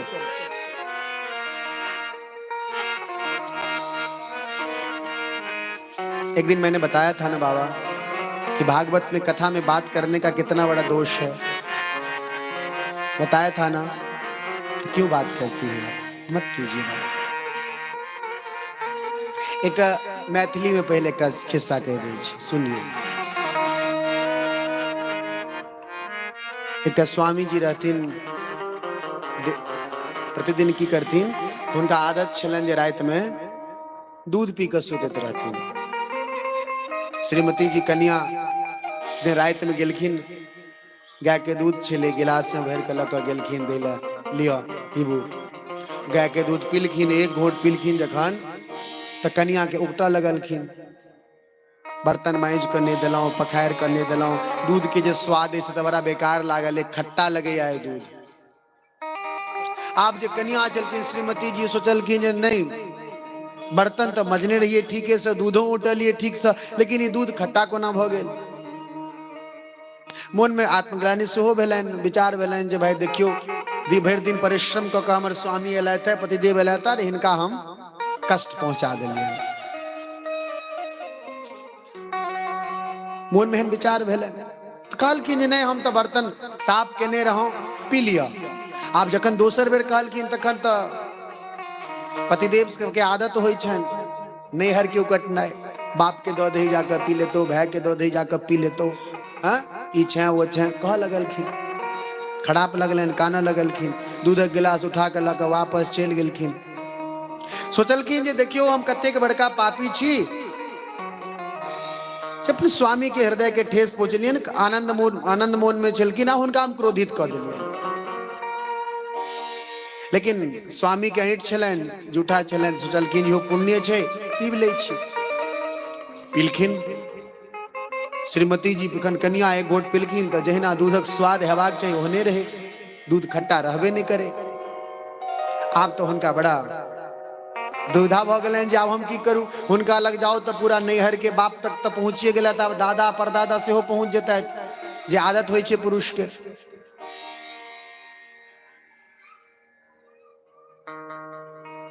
लेकिन हिम्मत केलथि, साहस केलथि, गेलखिन, कहलखिन जे दूध तो खट्टा छे नहीं, अहाँ खट्टा क्या कहलिए, आगे कहीं स्वास्थ्य नहीं खराब हो गए, कहीं जीवा के स्वाद आदि तो नहीं चल गए, जी में कोनो छाला ताला तो नहीं बकल के हमरा कोनो छाला नहीं चाहिए और उकटे उकटा नहीं करवावे ले हैं भागे तो सामने पीवे। हाँ देखियो, लेकिन जखन श्रीमती जी के क्रोध अबै छै तब साक्षात शंकरो शांत भ जाय छथिन। तो बाप दादा के उकटे तुकटे जखन बेसी उकटे लगलखिन तो ओहो क्रोधित भेलखिन, गेलखिन लग में, कहलकै जे हेतै देखल जेतै। कहलखिन अहाँ कनी मुंह खोलू तो देखू कोनो मुंह में कोनो बीमारी तिमारी तो नहीं भ गेल, छाला ताला नहीं पे, मुंह खोलू तो दूध तो खट्टा छै ने। मुंह खोललखिन, आ केलखिन तो देखलखिन ठोर में तमाकू छै। आ केलखिन तो देखलखिन कि ठोर में की छै, तमाकू छै। बुझे देरी नहीं लगलन, बुझ गेलखिन, कहलखिन तमाकू खेने छी अहाँ आ दोष दै छी अहाँ दूध के। अहिना भगवानक कथा गाय के दूध जकाँ अमृत छै। अहाँ सब जे बात करे छी वो तम्बाकू रूपी जहर छै जे अमृत तत्व के खत्म क दै छै। तै दुआरे निवेदन करे छी जे बात कथा में नहीं करू, नहीं तो कथामृत जे छै से अहाँ के ऊपर से हेलीकॉप्टर नहीं हवाई जहाज बन के उड़ जाए। सुनवा में बड़ा सुंदर लगे छै, एक एकटा शब्द बुझ रहल छियै, लेकिन 2-4 दिन के बाद पूछब तो किछो नहीं याद रहत। किया? या कारण छै बीच में सरोता वाला काज करे छियै, कतरा लगे छियै। निवेदन बातें बिल्कुल भी नहीं कीजिए, ये इससे आपका नुकसान होगा। हमारे तो समय बताएगी, बाबा का इशारा आएगा, सीताराम करेंगे, भजन गाएंगे, आरती की जाए, भागवत जी की आरती हो जाएगी, 7वां दिन विश्राम, हम अपने वृंदावन, आप यहाँ रहेंगे। जिस कर्म को करने के लिए मैं आया उस कर्म का, उस घड़ी का, इस सत्संग का सदुपयोग कीजिए। इस समय बड़ा बलवान होता है, समय हमारे पास इतना नहीं रहता है, न जाने कब बुलावा आ जाए। जो समय है ठाकुर जी कृपा से मिला है सत्संग, इसको ऐसे संसार की बातों में मत बुलाइए, मत बुलाइए, मत बुलाइए। बोलो राधे राधे। कहां चर्चा कर रहे थे? कौन बताएगा? कौन सी लीला का चर्चा कर रहे थे? हाँ हाँ, बालकृष्ण का, बालकनी का। हाँ, तो उस नई नवेली दुल्हनिया को सासू माँ ने रोका कि देख हर जगह जाके डोल लेना, बालकनी में मत जाना। अब अगर नई दुल्हनिया आए और उसको कोई रोक दे कि नहीं नहीं यहां मत जाना, तो और जिज्ञासा होती है। हो सकता है बुढ़िया कोई पूंजी वूंजी पैसा वैसा गहना गुड़िया छिपा के रखी होगी, इसलिए मना कर रही है। कोई आलमीरा वालमीरा होगी बालकनी में बंद करके रखी हुई, इंतजार करती है, कभी न कभी तो मौका आएगा। मौका भी आ जाता है ठाकुर जी कृपा से। सासू माँ को अपने मायके नैहर का कुछ काम होता है, जाती है, चाबी थाम देती है, लेकिन फिर से कहती है कि देख बिटिया, मैं बार बार कह रही हूं हर जगह जाना, बालकनी में मत जाना। मेरी बात को बुरा मत मानना, बालकनी में मत जाना। हाँ ठीक है माँ जी, मैं बालकनी में नहीं जाऊंगी, आप जाओ निश्चिंत होकर के। माँ गई, सासू माँ अपने मायके। वो संध्या काल का समय, वो गोपी दुल्हनिया, नई दुल्हनिया जाती है और दरवाजा बालकनी की खोल लेती है।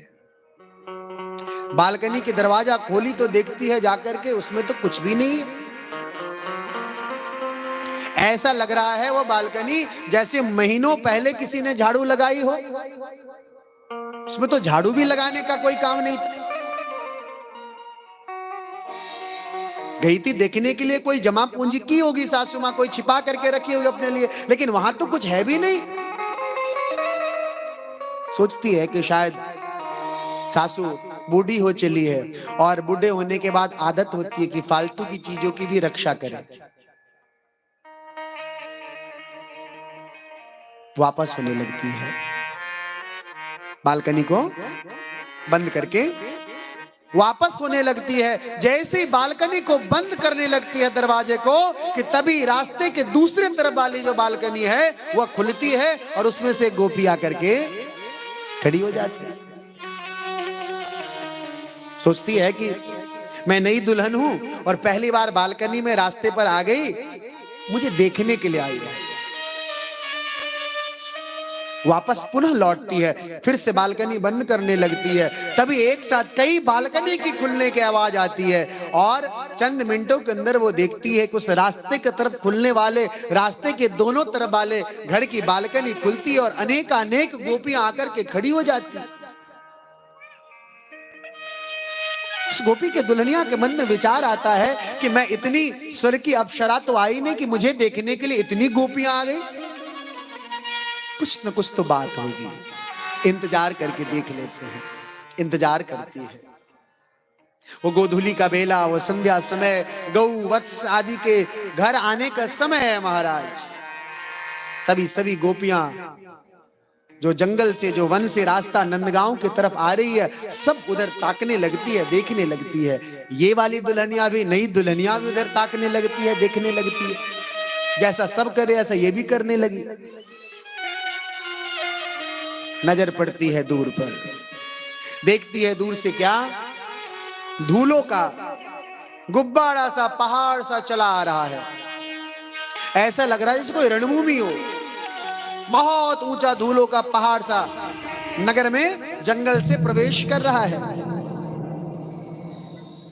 दृश्य थोड़ी पास आती है, दृश्य थोड़ी छटती है, धूल थोड़ी छटती है। आंखें देखती है क्या, हजारों की संख्या में गौए, बछड़े, बछिया दौड़ते हुए जंगल से नगर में, गांव में प्रवेश कर रहे हैं। दृश्य बड़ा मनमोहक था, बड़ा अद्भुत था।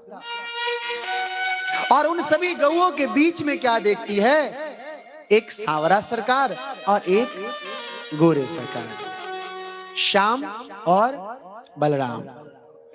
दोनों हाथों में गेंद लेकर के, एक हाथ से गेंद को फेंकते थे, दूसरे हाथ से गेंद को लपक लेते थे और दौड़ते दौड़ते गेंद को फेंकते हुए, लपकते हुए शहर में, गांव में, नंदगांव में चले आ रहे हैं, प्रवेश कर रहे हैं महाराज। दृश्य थोड़ी और पास आती है, हाँ, और पास आई। वो दृश्य चलते चलते चलते चलते कहां, जिस महल की बालकनी में ये गोपियां निहार रही थी उस दृश्य को, दृश्य आती है उस महल की उस बालकनी के नीचे। हमारे श्याम सोहन सरकार, मनमोहन चित्तचोर भगवान उसी समय गेंद उछालते हैं और जैसे गेंद उछालते हैं और गेंद को पकड़ने के लिए ठाकुर जी ने जैसे नजरें उठाई, नई दुल्हनिया की नजरें गोविंद से मिल गई। और उस नई दुल्हनिया की, उस नई नवेली बहू की नजरें जैसे गोविंद से मिली महाराज, न जाने क्या जादू हो गया। गोविंद तो चला गया, गैया चली गई, बछड़े चले गए, वो गोपी अभी भी बावड़ी जैसे खड़ी की खड़ी रह गई।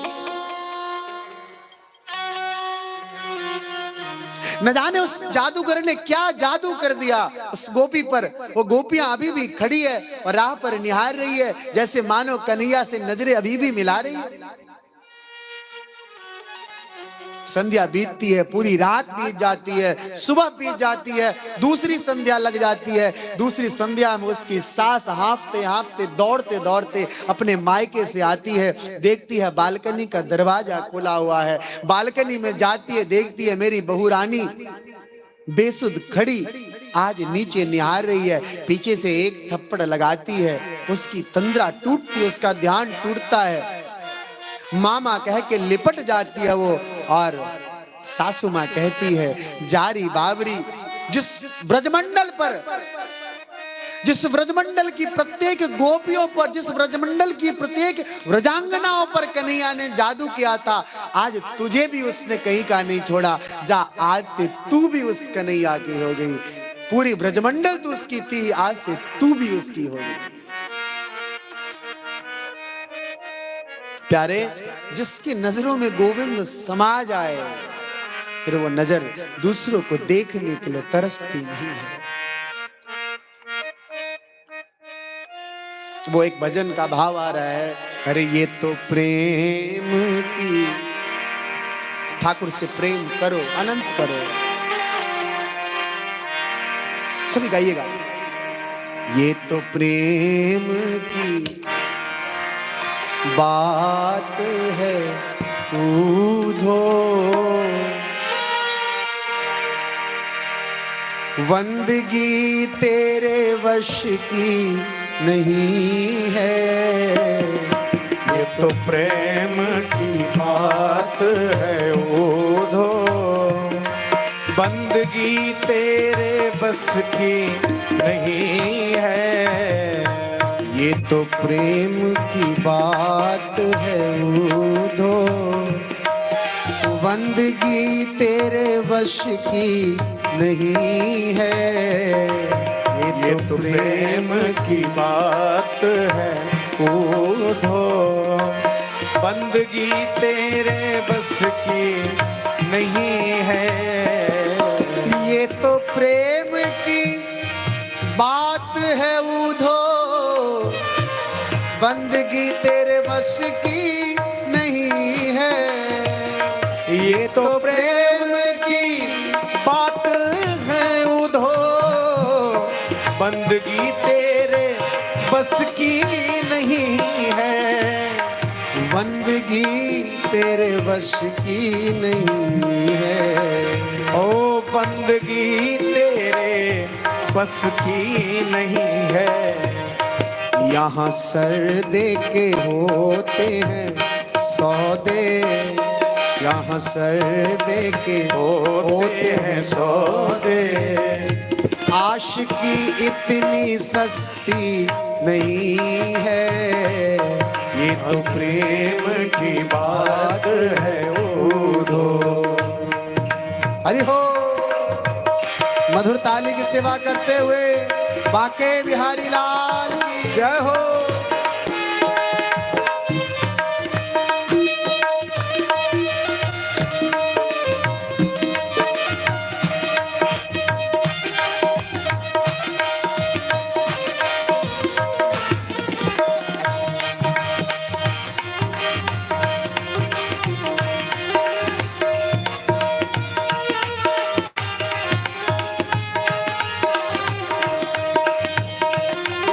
दिन हो, रात हो, सुबह हो, शाम हो, यत्र तत्र सर्वत्र जहां मर्जी हो, गोविंद से प्रेम करो।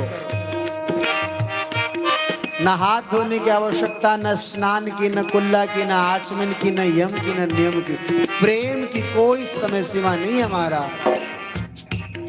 प्रेम वालों ने कब वक्त पूछा, उनकी पूजा में सुन ले ऊधो। प्रेम वालों ने कब वक्त पूछा, उनकी पूजा में सुन ले ऊधो। उनकी पूजा में सुन ले ऊधो। उनकी पूजा में सुन ले अरे ऊधो। यहाँ दम दम में होती है पूजा, यहाँ दम दम में होती है पूजा। सर झुकाने की फुर्सत नहीं है, ये तो प्रेम की बात है ऊधो। बंदगी तेरे बस की नहीं है, ये तो प्रेम की बात है ऊधो।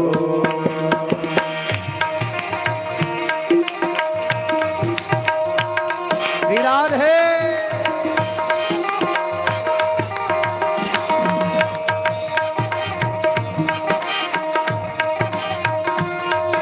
समरिया सेठ की जय हो।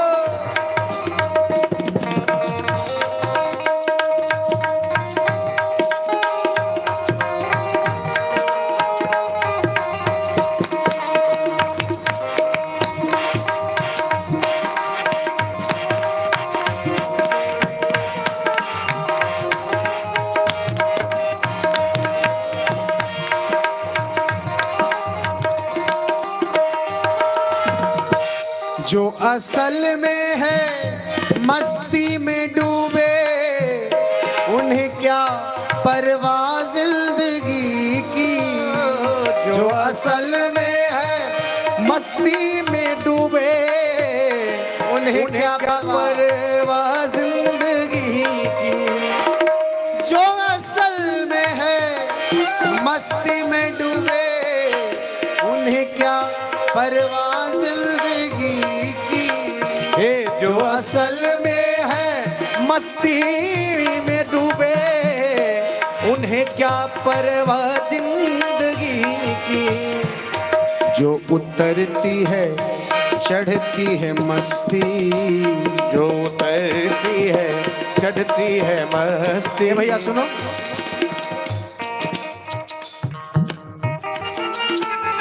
सुबह को पियो शाम को उतर जाए, शाम को पियो सुबह को उतर जाए।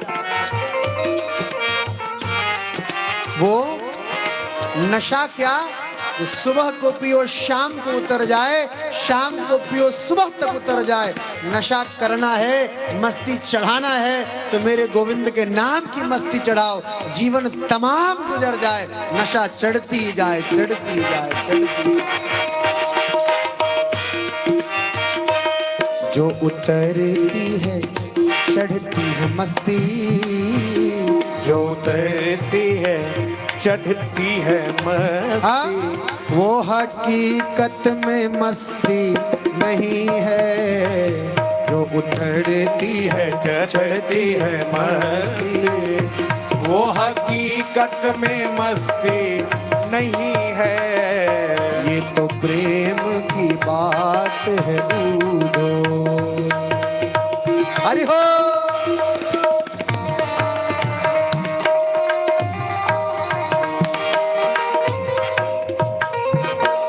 देखो हमारे व्रज में एक नृत्य का अलग स्वरूप होता है। दोनों हाथ खड़े करो और पुकारो, ये हमारे व्रज के नृत्य है। आनंद हो, समर्पण। श्री राधे।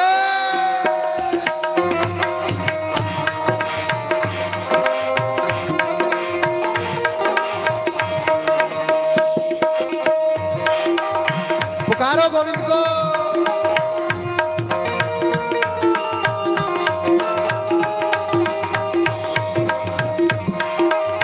और अब इस हाथ से ताली बजाने लगो।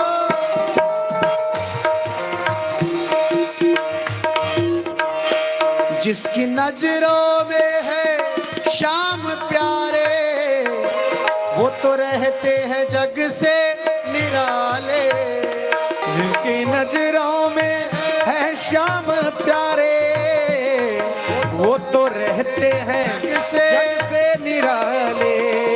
जिसकी नजरों में है श्याम प्यारे, वो तो रहते हैं जग से निराले।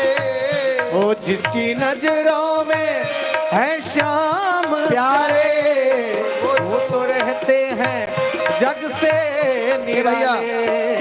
जिसकी नजरों में मोहन समाए, वो जिसकी नजरों में मोहन समाए। हाँ वो नजर फिर तरसती नहीं है। जिसकी नजरों में मोहन समाए, वो नजर फिर तरसती नहीं है। ये तो प्रेम की बात है बूढ़ो, बंदगी तेरे वश की नहीं है। ये तो प्रेम की बात है बूढ़ो, बंदगी तेरे वश की नहीं है। ये तो प्रेम की बात है बूढ़ो, बंदगी तेरे वश की नहीं है। ये तो प्रेम की बात है बूढ़ो, बंदगी तेरे बस की नहीं है। आशिकी इतनी सस्ती नहीं है, ये आशिकी इतनी सस्ती नहीं है। बंदगी तेरे वश की। बोलिए कृष्ण कन्हैया लाल की जय। बोलो ना भाव से एक बार और आनंद से बोलिए।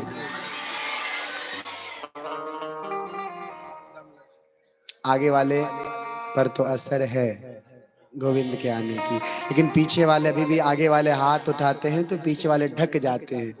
सब एक साथ बोलिए ना, जय जय श्री राधे। ऐसे आनंद लीजिए।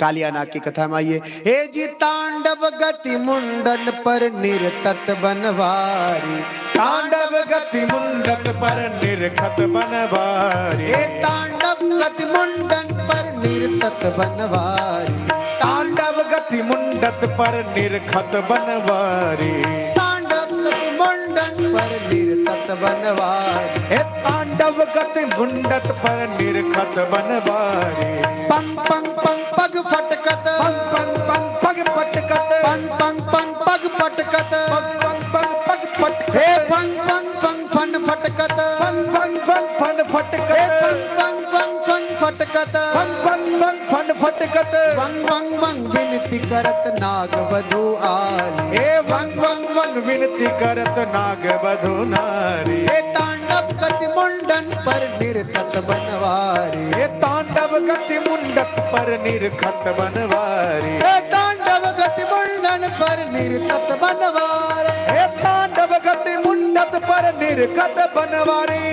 तांडव गति मुंडन पर निरतत बनवारी, तांडव गति मुंडत पर निरखत बनवारी।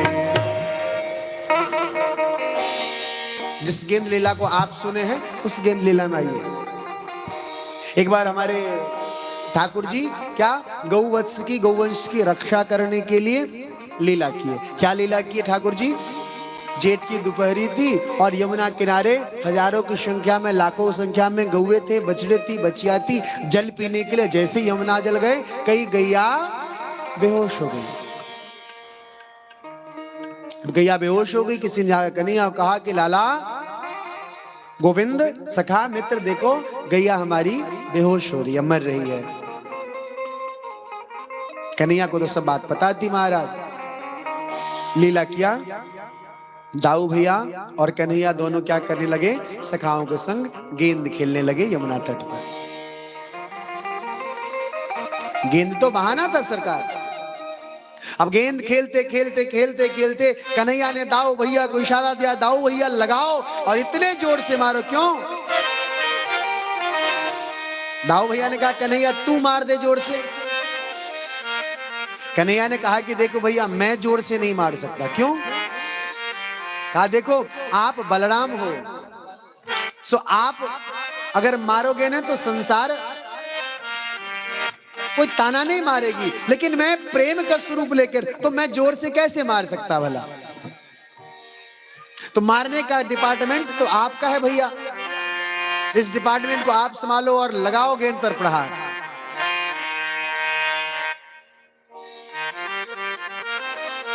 दाऊ भैया ने मारी गेंद पर लात और गेंद चली गई कहां? कालिंदी तट यमुना जी में, जहां पर कौन? कालिया नाग रहता था अपने परिवारजनों के संग में। और पीछे पीछे गेंद के संग कन्हैया भी गेंद लाने के लिए कूद पड़े। सखाओं ने कहा कि देख कन्हैया उस जगह पर कूदा है जिस जगह पर यमुना जल दूषित है, सो कन्हैया भी कहीं बेहोश ना हो जाए। चलो जाकर के नंद बाबा गोप आदि को सूचना दे देते हैं। गए सब जाकर के सूचना दिए। सभी गोप, बड़े बड़े वाले जो गोप थे, गोप सभी दौड़े कन्हैया को बचाने के लिए। जब तक तो कन्हैया यमुना जल की गहराई में पहुंच गए थे। तो कालिया नाग का वहां वास स्थान था। कालिया नाग ने देखा ये बालक आया है और कालिया नाग ने क्या किया? अपनी कुंडलियों में कन्हैया को जकड़ लिया, भगवान को बांध लिया। भगवान ने कहा कि शायद इसको उखल वाली घटना पता नहीं है। मुझे अगर प्रेम से बांधना चाहता तो मैं बंध जाता, लेकिन ये मुझे फिर से अहंकार से बांधना चाहता है, मुझ पर बल प्रयोग कर रहा है। भगवान थोड़ी देर लीला की उसके संग, उसके बल की परीक्षा लिया, युद्ध आदि किया और पश्चात कन्हैया ने क्या किया? अपने शरीर का आकार बढ़ाना शुरू कर दिया। जैसे ही ठाकुर जी ने अपने शरीर का आकार बढ़ाना शुरू कर दिया, क्या हो गया बात? उसकी कुंडलिनी पसली टूटना शुरू हो गई। छटपटाने लगा कालिया नाग। जब तक कन्हैया क्या किए, उसकी कुंडलिनियों के जो जकड़न थी, उस जकड़न से जैसे कन्हैया मुक्त हुए जाकर के कालिया नाग के माथे पर सवार हो गए। और ठाकुर जी उसके माथे पर सवार होकर क्या करने लगे, नृत्य करने लगे, नाचने लगे कन्हैया। अब सांप का अगर फन के ऊपर ही कुछ रख दिया जाए तो फिर सांप फुफकार ही तो मार सकता है, डस तो सकता नहीं है। कुछ देर जब ऐसी लीला हुई तो कालिया नाग को समझ गया कि मेरे माथों पर नृत्य करने वाला कोई सामान्य नहीं है, ये आज तो नाच कर रहा है लेकिन हो न हो या साक्षात नारायण ही है जो संसार को नचाने वाला आ गया। तब तक नाग पत्नियां, नाग वधू, नाग आली वगैरह, पुत्र पुत्री, सब नाग परिवार खड़े हो गए। सबने देखा ठाकुर जी के स्वरूप को। ठाकुर जी जब कालिया नाग का मर्दन कर रहे हैं तो फिर हमारा क्या हाल होगा। सब विनती करने लगे, वंग वंग वंग विनती करत नाग वधू आली। सब विनती किया ठाकुर जी से, ठाकुर जी से क्षमा करो, क्षमा करो। भगवान ने कहा क्षमा एक ही शर्त पर करूं कि तू यहां से चला जा। कहां जाऊं सरकार, मुझे श्राप मिला हुआ, मैं इस कालिंदी तट को छोड़ के कहीं भी जाता तो आपके वाहन गरुड़ जी जो हैं वो मुझ पर प्रहार करते, मुझे भोजन बनाने लेते हैं। भगवान ने कहा देख कालिया, आज के बाद से गरुड़ जी तुम्हें परेशान नहीं करेंगे। क्यों नहीं परेशान करेंगे? क्योंकि मेरे पैरों का चिन्ह, मेरे चरण चिन्ह तुम्हारे माथे पर आ गया है मेरे नृत्य करने से। सो मेरे चरण चिन्ह को देख के गरुड़ जी अब तुम पर प्रहार नहीं करेंगे। कालिया नाग सपरिवार वहां से प्रस्थान कर जाता है। कृपा होती है और फिर यमुना जल पूर्व के बहती यमुना जल सुगंधित निर्मल होकर के कल कल करके बहने लगती है। बोलिए कालिया मर्दन भगवान की जय। पूर्व जन्म में ये कालिया नाग कौन था? वेद शिरा नाम के मुनि थे। ये कालिया नाग कौन था? वेद शिरा नाम के मुनि थे और विंध्य पर्वत पर जाकर के तपस्या करते थे। एक बार उसी विंध्य पर्वत पर जहां यह वेदशिरा मुनि तपस्या करते थे, अश्वशिरा नाम के मुनि भ्रमण करते करते आए और तप करने की इच्छा जताए कि मैं यहां पर तप करूं। अश्वशिरा मुनि को जैसे ही देखा वेदशिरा मुनि ने, तो वेदशिरा मुनि सर्प की भांति फुफकारने लगे, अरे ये मेरा स्थल है, मेरा जगह है, तुम यहां कैसे आ गए? अश्वशिरा मुनि को बात बुरी लगी और जब बात बुरी लगी अश्वशिरा मुनि को, तो अश्वशिरा मुनि ने कहा अरे आप बेवजह सर्प की भांति फुफकार मारते हो, जाओ आप सर्प हो जाओ। और वेदशिरा भगवान, वेदशिरा मुनि सर्प बन गए, कालिया नाग बन गए। पश्चात आज शाप विमोचन किया ठाकुर जी ने। आगे ठाकुर जी प्रलंबासुर का उद्धार, गऊ और गोपों को उद्धार करता नहीं, कानिक लीलाएं करते हैं। ठाकुर जी की बाल लीला करते करते करते करते मौसम आती है वर्षा ऋतु की, शरद ऋतु की। 8 महीने सूर्यदेव जल को संरक्षित करते हैं और पश्चात प्रकृति में हरियाली लाने के लिए जल की बरसात होती है, जिसे हम वर्षा ऋतु कहते हैं। वन उपवन पहाड़ चारों तरफ पुष्पों से भर जाता है, कोयल कूकने लगती है, भवड़े गुंजायमान होने लगते हैं। बड़ी सुंदर ऋतु, मेंढक टर करने लगता है। उसी वर्षा ऋतु में गोपियों के मन का भाव रखने के लिए आज कन्हैया क्या करते हैं, उस कामन रूपी पहाड़ी में गौए चराने के लिए जाते हैं, जहां पर गोपियां झूला लगा करके श्री ठाकुर मनमोहन का इंतजार करती है। वो कदम्ब के वृक्ष में रेशम की डोरी मालिन के पल्ले पर आज श्री ठाकुर जी का इंतजार हो रहा है। कौन? श्री राधा रानी के संग सखियां सहेलियां इंतजार कर रही है।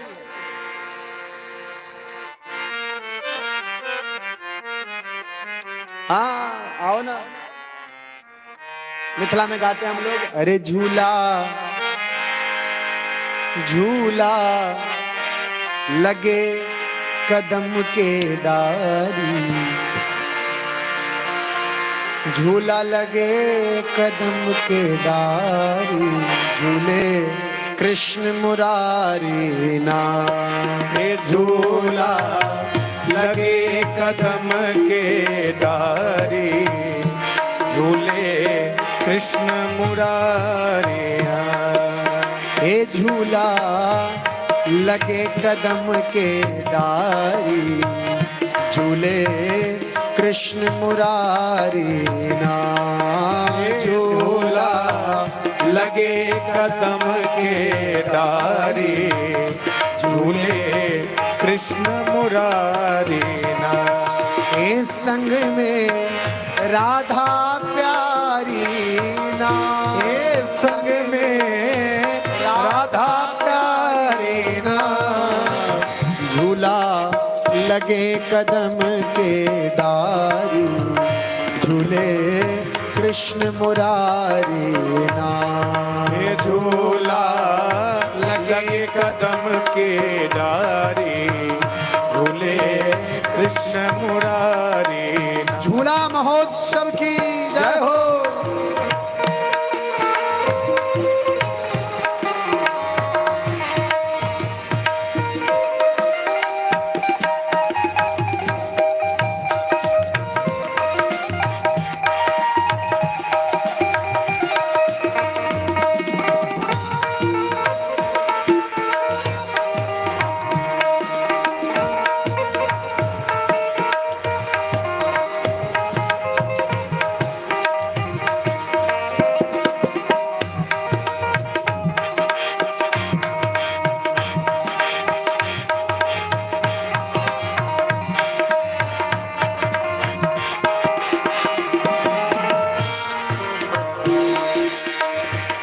रेशम डोरी मलिन के पलना, रेशम डोरी मलिन के पलना। रेशम डोरी मलिन के पलना। रेशम डोरी मलिन के पलना। हे सखिया कदम की डारी ना, हे सखिया कदम के डारी ना।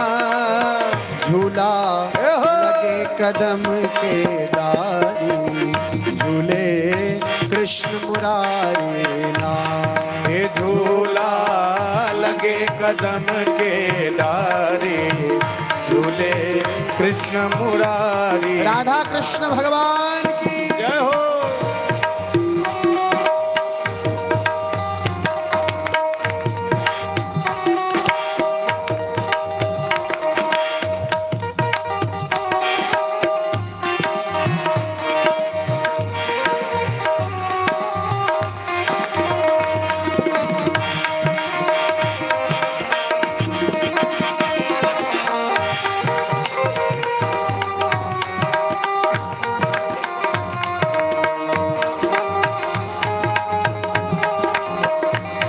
आनंद हो।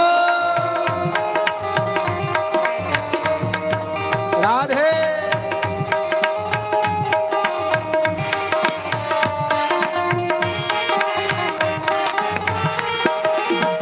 राधा झूले कृष्ण झुलावे, राधा झूले कृष्ण झुलावे। राधा झूले कृष्ण झुलावे। राधा झूले कृष्ण झुलावे। कृष्ण जी झूले राधा झुलावे। कृष्ण जी झूले राधा झुलावे। हे सखिया बेरा बेरी ना, हे सखिया बेरा बेरी हो। हे झूला लगे कदम के डारी, झूले कृष्ण मुरारी नाम। हे झूला लगे कदम के डारी, झूले कृष्ण मुरारी नाम। झूला लगे कदम के डारी, झूले कृष्ण मुरारी नाम। हे झूला लगे कदम के डारे, झूले कृष्ण मुरारी नाम। झूले श्यामा प्यारी नाम। झूले कृष्ण मुरारी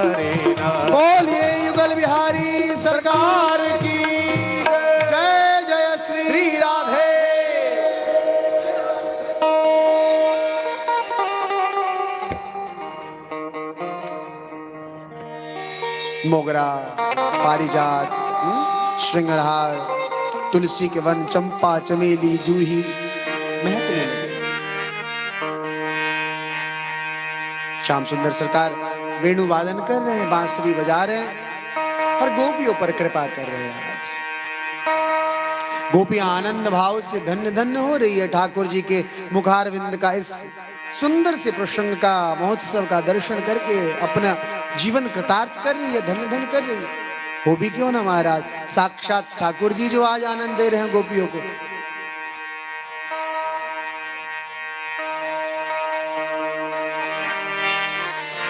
सुखदेव जी कहते हैं कि परीक्षित, इन दिनों सभी शहर गांवों में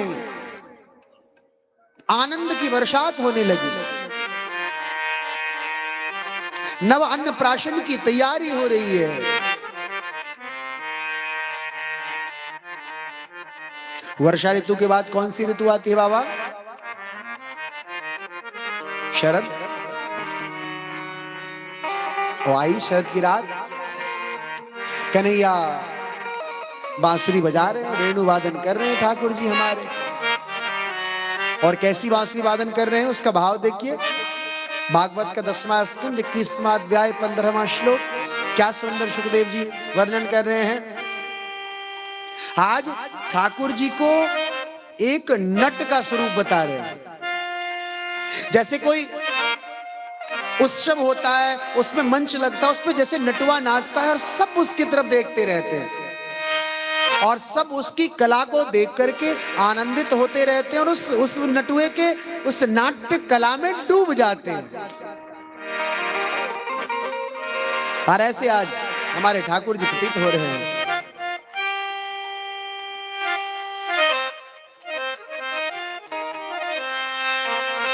बढ़ा पीडम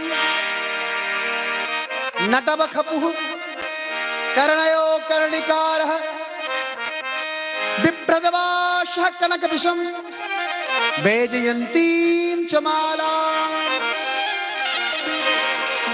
हेरन्ध्राण वेणोर्धर सुधया पूरयन् गौपवृन्दैः वृन्दारण्य सुपदरमणं प्राविशद गीत कीर्तिः। आज उस कन्हैया की उस आनंद रूपी छवि को देख करके गोपियां कन्हैया में डूब जाती है।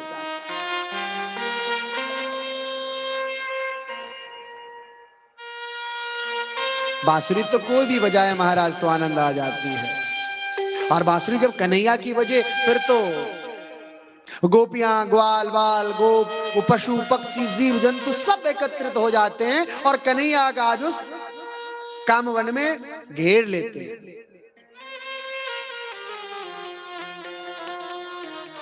एक गोपी आई और कन्हैया को कहती है, अरे अरे लाला, अरे अरे सुनो, नंद के छोड़ा चिच्चोर मनमोहन, अब बांसुरी तो बंद कर। क्यों? दूसरी गोपी कहते, क्यों? आनंद नहीं आ रहा है?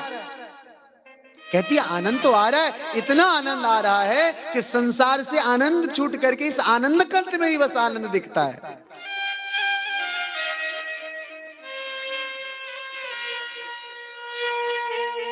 व्रज की सवाइयां कहती है, अरे बांसुरी बजे तो बांसुरी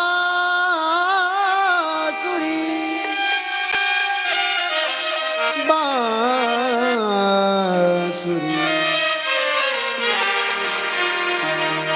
बांसुरी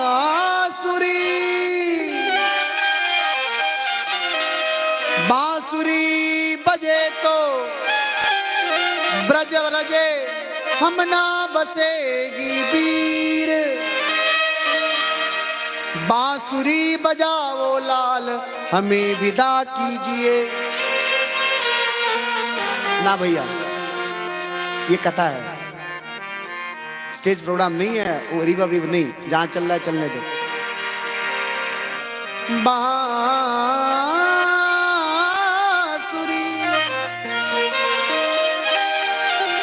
बांसुरी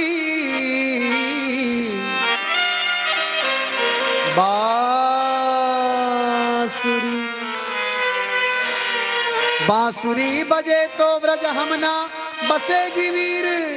बांसुरी बजा हमें लाल विदा कीजिए।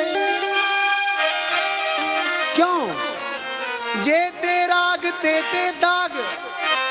है कन्हैया, तू जितना राग छेड़ता उस हर राग में इतना दाग छिपा है कि जो दाग एक बार लग जाए तो फिर वो दामन किसी भी साबुन से नहीं छूटता। हमें ऐसा दाग मत चढ़ाओ कन्हैया, फिर हम संसार के होकर के नहीं रह जाएंगे। तू तो बांसुरी बजा करके चित्त हरण करके चला जाएगा, हम कैसे रहेंगे।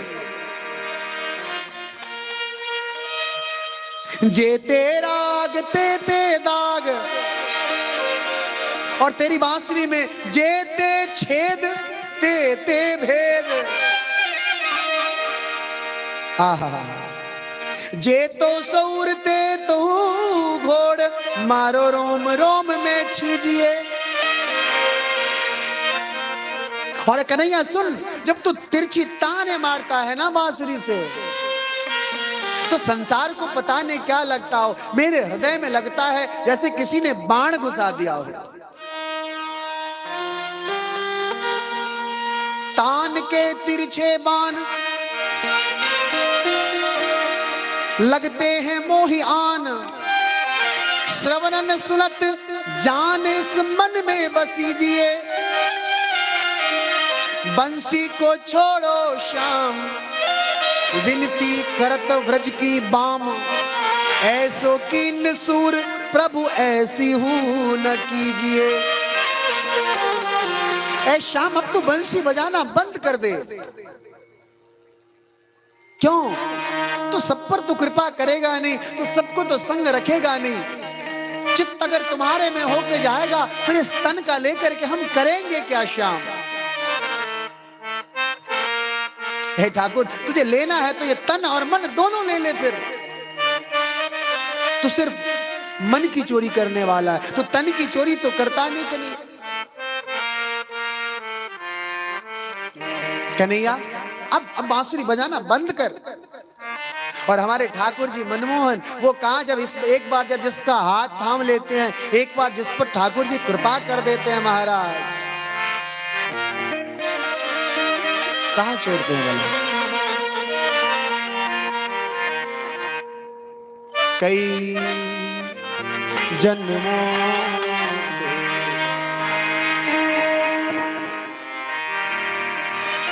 गोपियां, जिस गोपी पर ठाकुर जी ने कृपा नहीं की, और इस लीला के बाद हम लोग श्री गिरिराज जी की लीला में चल करके कथा विश्राम करें। एक लीला और बाकी, अभी जाना नहीं, कोई उठना नहीं।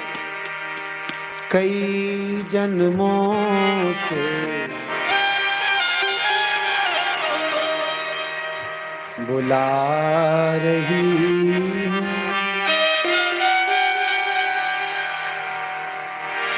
कोई तो रिश्ता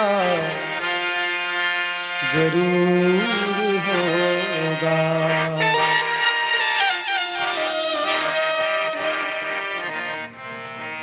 नजरों से नजारा समझ न पाए, मेरी नजर का कसूर होगा। कई जन्मों से बुला रहे हैं, कोई तो रिश्ता जरूर होगा। कई जन्मों से उतारिए, बुला रही कोई तो, ताकि कन्हैया की बांसुरी अगली बार बजे तो हमारा भी नंबर आ जाए। नजरों से नजारा समझ न पाए, नजरों से नजारा समझ न पाए, मेरी नजर का कसूर होगा। ओ मेरी नजर का कसूर हो। प्यारे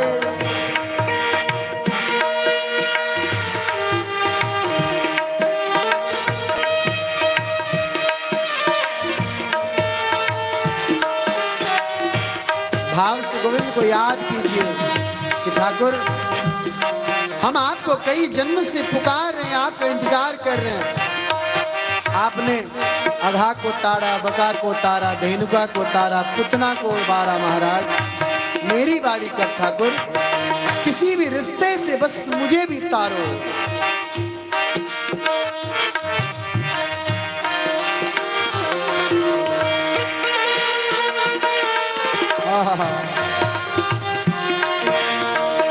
तुम ही तो मेरे मात पिता हो, तुम ही तो मेरे मात पिता हो, तुम ही तो मेरे बंधु सखा हो, तुम ही तो मेरे बंधु सखा हो।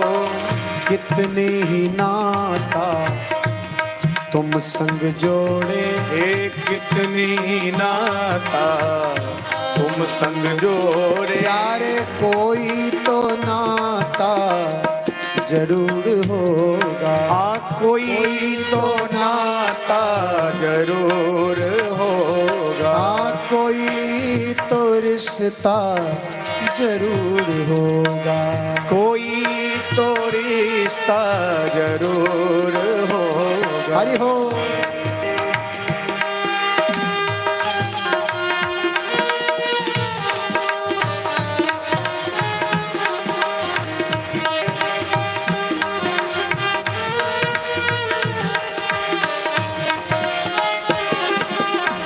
ठाकुर जी कभी बुलाते हो वृंदावन में, कभी बुलाते हो वृंदावन में, कभी बुलाते हो मधुबन में, कभी बुलाते हो मधुबन में। भगवान आप जब जब भी मुझे बुलाते हो मैं दौड़ा दौड़ा चला आता आपके दरवाजे पर। आज मेरी भी पुकार है, अपने दर पर रोज बुलाते, हे अपने दर पर रोज बुलाते, हाँ अपने दर पर रोज बुलाते, अपने दर पर रोज बुलाते। हाँ मेरे घर आना जरूर होगा, ओ मेरे घर आना जरूर होगा। कई जन्मों से बुला रही हूँ, कई जन्मों से बुला रही है, कोई तो रिश्ता जरूर होगा, कोई तो रिश्ता जरूर हो। प्यारे कोई तो रिश्ता जरूर होगा, कोई तो रिश्ता जरूर होगा। नजरों से नजारा समझ न पाए, नजरों से नजारा समझ न पाए, मेरी नजर का कसूर होगा, ओ मेरी नजर का कसूर होगा। कोई तो रिश्ता जरूर होगा, कोई तो रिश्ता जरूर होगा। मेरी नजर का कसूर होगा, मेरी नजर का कसूर होगा। कोई तो रिश्ता जरूर होगा।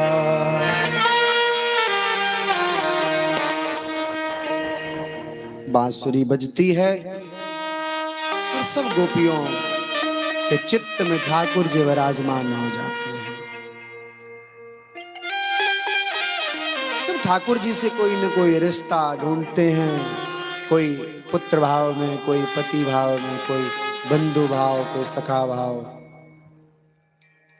सबके भावों का ठाकुर जी सम्मान करते हैं। वृक्ष कबहू नहीं फल, भके नदी न सचे नीर, परमारथ के कारण साधुन धरा शरीर। आज सभी गोपियां परम साध्वी का रूप धारण कर लेती है, और साध्वी वही जो संसार के साधनों से, जिसका परमारथ से मार्ग बाधा न पहुंचे, वही साधु साध्वी है। संसार के साधनों से विमुख होकर के कृष्ण, गोविंद, गोपाल, कन्हैया, मनमोहन, चितचोर, कलुआ, न जाने क्या क्या नामों से ठाकुर जी को संबोधित कर रही है गोपियां।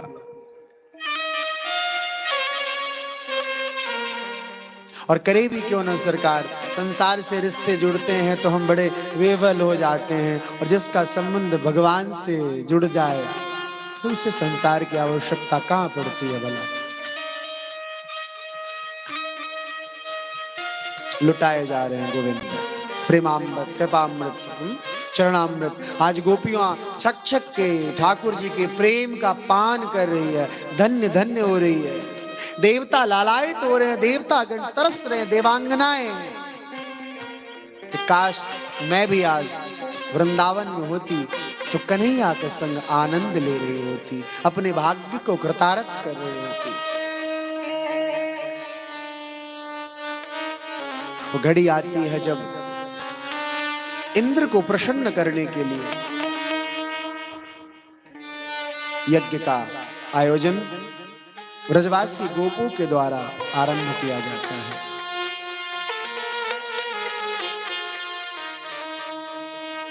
तैयारी चली महाराज। कन्हैया तो कन्हैया है। कन्हैया ने पूछा माँ यशोदा से कि माँ ये कैसी तैयारी है, कोई उत्सव प्रतीत हो रही है।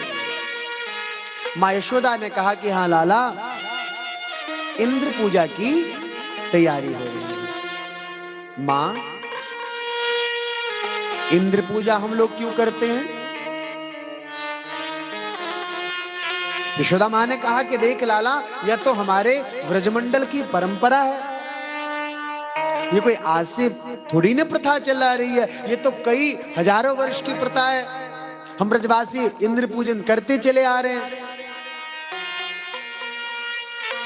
तुम्हें अगर विशेष जानकारी चाहिए तो जा अपने बाबा से पूछ ले। तब तक नंद बाबा सुनते सुनते चले आ रहे थे। कन्हैया ने वही प्रश्न नंद बाबा से किया कि बाबा, हम इंद्र की पूजा क्यों करते हैं? नंद बाबा समझाने लगे कि देखो लाला, बात ऐसी होती है कि इंद्र वर्षा नहीं कराएंगे तो पृथ्वी पर अकाल आ जाएगी। ये जो हरियाली होती है, ये तो इंद्र जब तक मेघ से वर्षा की बूंद नहीं करेंगे जब तक कैसे आएगी। और पृथ्वी पर अगर वर्षा नहीं होगी तो अकाल हो जाएगी, फिर सब लोग भूखे रह जाएंगे, मर जाएंगे। नंद बाबा की बातों को सुनकर के कन्हैया ने कहना शुरू किया कि बाबा, तो क्या इसका मतलब इंद्र ही हमारे कर्मों का देवता है और इंद्र ना चाहे तो हमारे जीवन में सुख नहीं आ सकती क्या?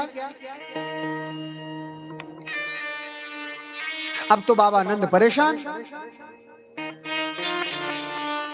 अरे कन्हैया, तेरी अटपटी बात मुझे समझ में नहीं आ रही। देखो बाबा, मैं ऐसा नहीं कह रहा, लेकिन मुझे यह तो बताओ कि क्या इंद्र की कृपा से हम लोग सुख दुख भोगते हैं?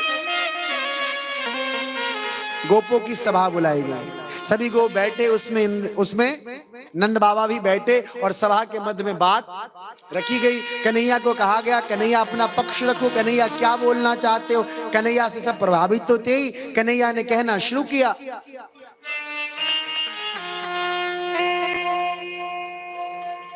कर्मणा जायते जन्तुः कर्मणेव विलीयते, सुखम दुःखम भयम क्षेमम कर्मणेवाभिपद्यते,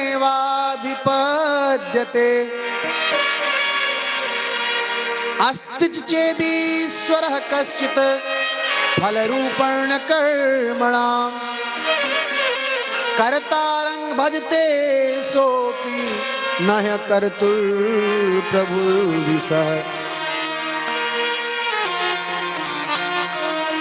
बाबा, कर्मणा जायते जंतु कर्मणेवा विपद्यते, सुखम दुखम भयम क्षेमम कर्मणेवा विलीयते। आप कह रहे हो कि इंद्र वर्षा नहीं करेगा तो अकाल हो जाएगा, और अकाल हो जाएगा तो जीव दुख को भोगेंगे। बाबा ये सुख और दुख सब तो कर्मों की खेती है, हम जैसा कर्म करेंगे वैसा हमें सुख और दुख की प्राप्ति हो जाएगी, इसमें इंद्र का क्या महत्व है और इंद्र की पूजा क्यों?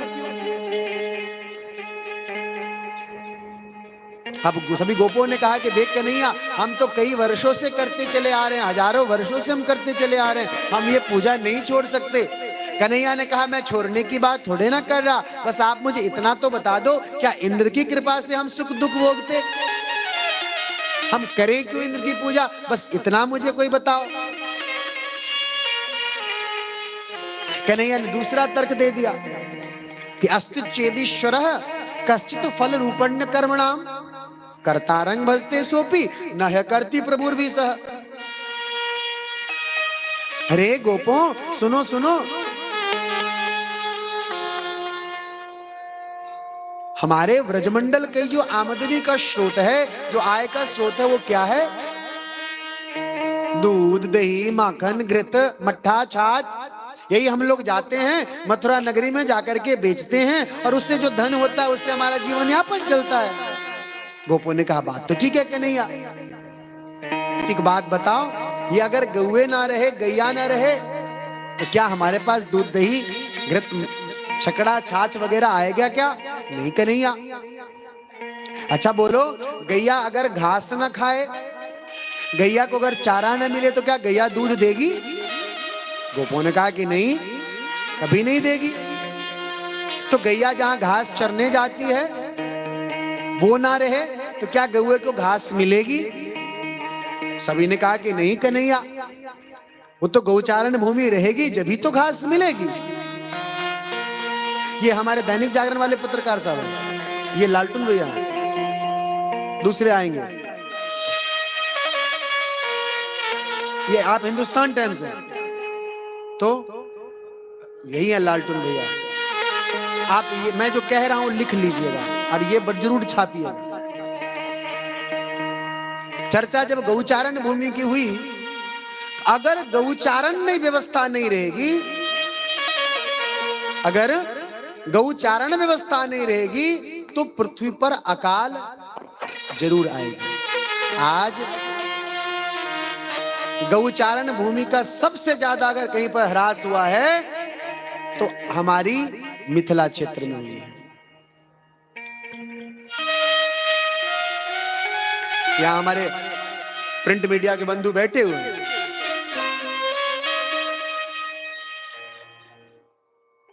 सरकारी जमीन प्रथा में जो जमीनी तंत्र होती है उसमें पहले गौचारण की भूमि होती थी, प्रत्येक गांव में होती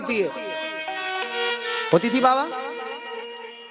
आज गांव की बात छोड़िए, अनेकानेक जिला ऐसा है जिसमें गौचारण भूमि आपको नया वाला नक्शा में नहीं दिखेगा। कहां चला गया? नेताओं के पेट में। कहां चला गया? दलालों के पेट में। कहां चला गया?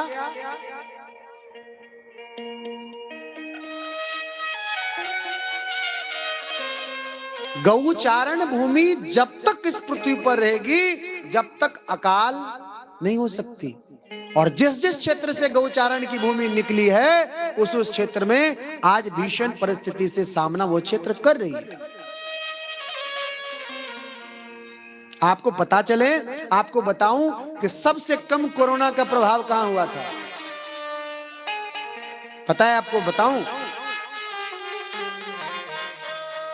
आप प्रिंट मीडिया के बंधु होंगे, कोई हमारे चैनल से काफी लोग जुड़े हुए हैं, डिजिटल मीडिया के। मैं सबसे पूछता हूं प्रश्न, आपने आपके अखबार में आपके चैनल पे एक खबर आई हो कि ब्रजमंडल का कोई एक कोरोना से मरा हो तो मुझे बताओ।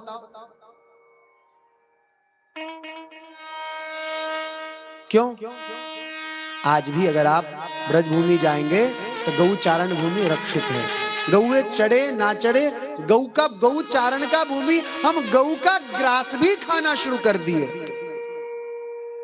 मैं सरकारों से भी, नेताओं से भी, दलालों से भी निवेदन भी करता हूं और चेतावनी भी देता हूं, गौचारण भूमि जिसने अपने अपने नाम पर क्या वापस करो, इसी में पृथ्वी का कल्याण है। गौ माने पृथ्वी, गावो विश्वस्य मातरः। गैया अगर एक भी भूखी रह गई पृथ्वी पर तो विनाश से कोई रोक नहीं सकता। और कन्हैया उसी गौचारण भूमि की प्रधानता के लिए, जिसका पूजन में हम ये 56 प्रकार की भोग की थाली सजाए हैं,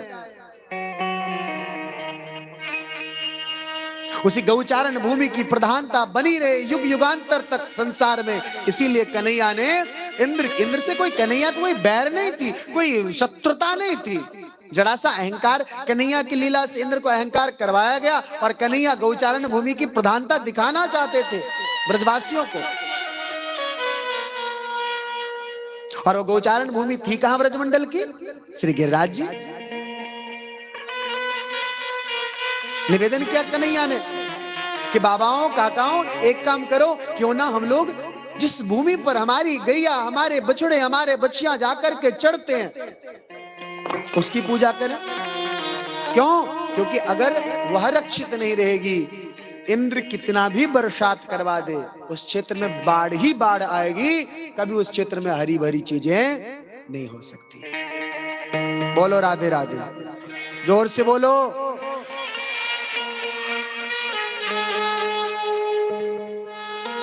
क्यों महाराज? गौचारण भूमि नहीं रहेगी तो वर्षा कितना भी हो जाए, कितना भी हो जाए, भूमि नहीं रहे तो फिर फसल कहां उपजे?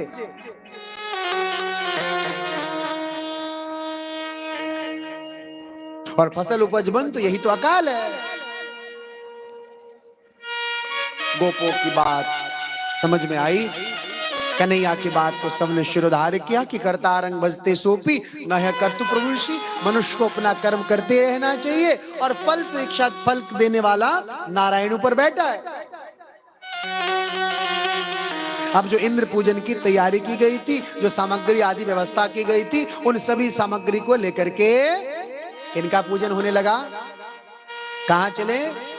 श्री गिरिराज जी की शरण में, गोवर्धन भगवान की शरण में। बोलिए गोवर्धन भगवान की, श्री गिरिराज जी महाराज की जय, मथुरा धाम की जय। चले हम लोग श्री गिरिराज जी की पूजन की व्यवस्था में चले। कथा भी आज के विश्राम ले लेगी, 8 बज गई। अब भी कथा विश्राम करेंगे तो 8:30 बज जाएंगे। श्री गिरिराज जी की बड़ी सुंदर 56 भोग। मैं कहूंगा बच्चों को, ए कैमरा वाला लल्ला दिखाओ सबको एक एक करके, देखो क्या सुंदर 56 प्रकार के व्यंजन भोग पकवान सजाया गया है। और मैं परिवार, जो हमारे मुख्य यजमान के परिवारजन है, मैं उनसे भी निवेदन कर आइए और पूजन में सहयोग करें।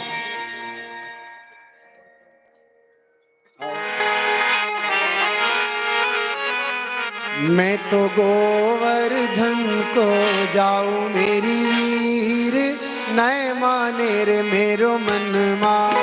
मैं तो गोवर्धन को जाऊं मेरे वीर, नय माने मेरो मनवा। मैं तो गोवर्धन को जाऊं मेरी वीर, नय माने रे मेरो मनमा। ओ मैं तो गोवर्धन को जाऊं मेरे वीर, नय माने मेरो मनवा। नय माने रे मेरो मनवा, नय माने रे मेरो मनवा, नय माने मेरो मनवा, नय माने मेरो मनवा। मैं तो गोवर्धन को जाऊं मेरी वीर, नय माने रे मेरो मनवा। मैं तो गोवर्धन को जाऊं मेरे वीर, नय माने मेरो मनवा। गिरिराज भगवान की जय हो।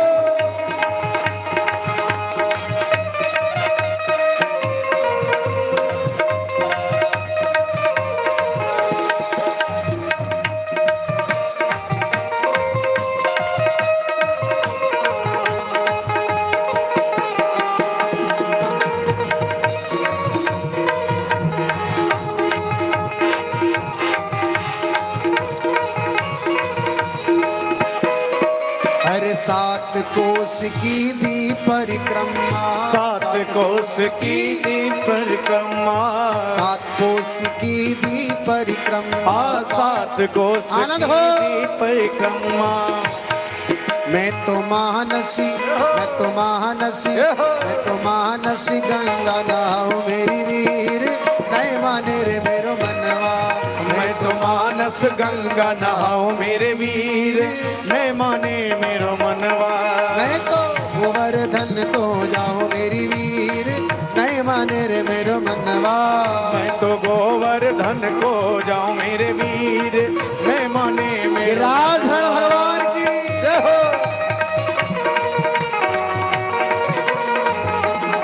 जय हो।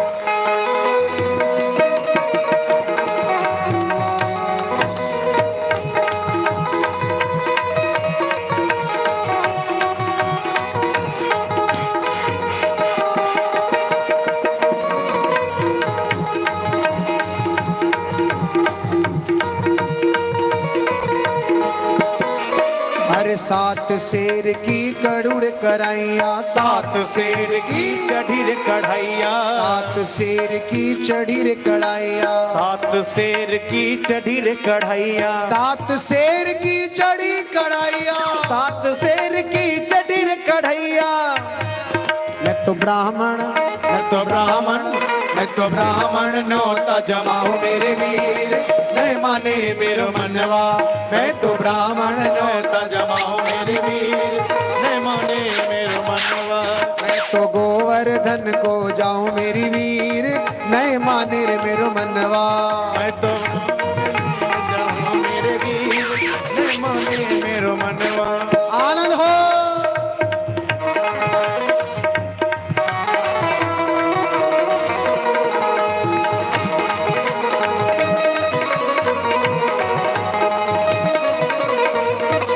गिरिराजधरण भगवान की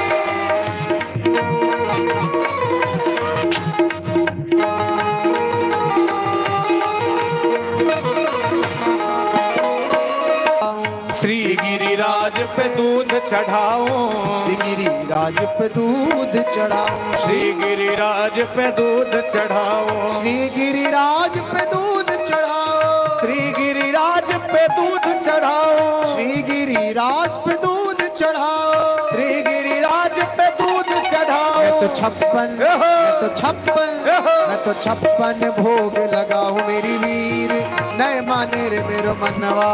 मैं तो छप्पन भोग लगाओ मेरे वीर, नहीं माने मेरो मनवा।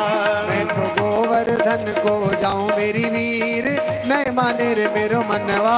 मैं तो गोवर्धन को जाऊं मेरे वीर, नहीं माने मेरो नाचते हुए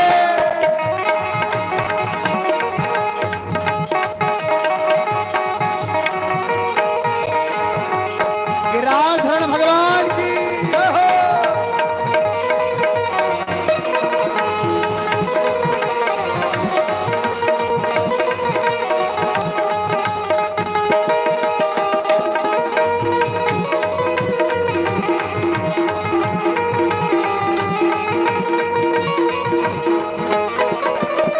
ना चाहिए पार पड़ोसन, ना चाहिए पार पड़ोसन, नहीं चाहिए पार पड़ोसन, नहीं चाहिए पार पड़ोसन। अरे नहीं चाहिए पार पड़ोसन, नहीं चाहिए पार पड़ोसन, अरे नहीं चाहिए पार पड़ोसन। नहीं चाहिए पार पड़ोसन। मैं तो अकेली, मैं तो अकेली, मैं तो अकेली दुकली जाओ मेरी वीर, नहीं माने रे मेरो मनवा। मैं तो अगली दुखली जाऊं मेरे वीर, नहीं माने मेरो मनवा। मैं तो गोवर्धन को जाऊं मेरी वीर, नहीं माने रे मेरो मनवा। मैं तो गोवर्धन को जाऊं मेरे वीर, नहीं माने मेरो मनवा। आज नहीं माने रे मेरो मनवा, आह नहीं माने मेरो मनवा, आज नहीं माने रे मेरो मनवा। आह नहीं माने मेरो मनवा। बोली गिरिराजधरण भगवान की की जय। एक और प्यारा सा भजन सुना देता हूँ और आप सब जिसको जो पूजन करना होगा यथाशीघ्र करेंगे, उसके बाद आरती कर लेंगे।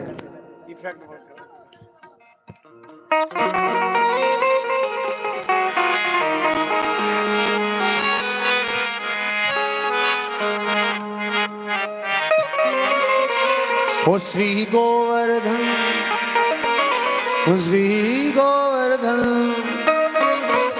श्री गोवर्धन महाराज, हे महाराज तेरे माथे मुकुट विराज रहो। श्री गोवर्धन महाराज, महाराज तेरे माथे मुकुट विराज रहो। श्री गोवर्धन महाराज, महाराज तेरे माथे मुकुट विराज रहो। श्री गोवर्धन महाराज, महाराज तेरे माथे मुकुट विराज रहो। तेरे माथे मुकुट विराज रहो, तेरे सिर पर सुरमा ताज रहो। तेरे माथे मुकुट विराज रहो, तेरे सिर पे सुरमा ताज रहो। श्री गोवर्धन, श्री गोवर्धन, श्री गोवर्धन महाराज, महाराज तेरे माथे मुकुट विराज रहो। श्री गोवर्धन महाराज, महाराज तेरे माथे मुकुट विराज। आनंद हो।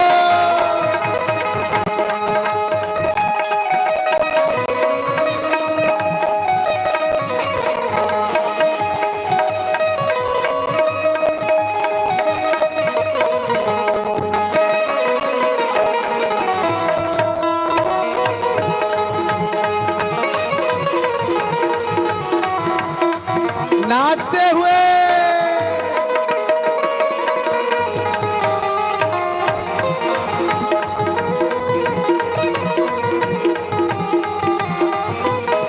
तो पे पान चढ़े तो पे फूल चढ़े, तो पे पान चढ़े तो पे फूल चढ़े।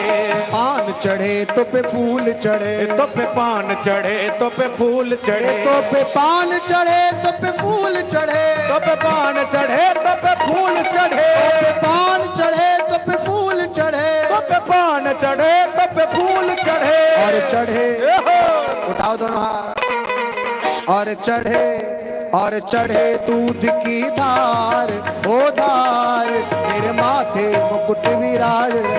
और चढ़े दूध की धार, ओ धार तेरे माथे मुकुट विराज रहो। श्री गोवर्धन महाराज, महाराज तेरे माथे मुकुट विराज रहे। श्री गोवर्धन महाराज, महाराज तेरे माथे मुकुट विराज। श्री गिरिराधर भगवान की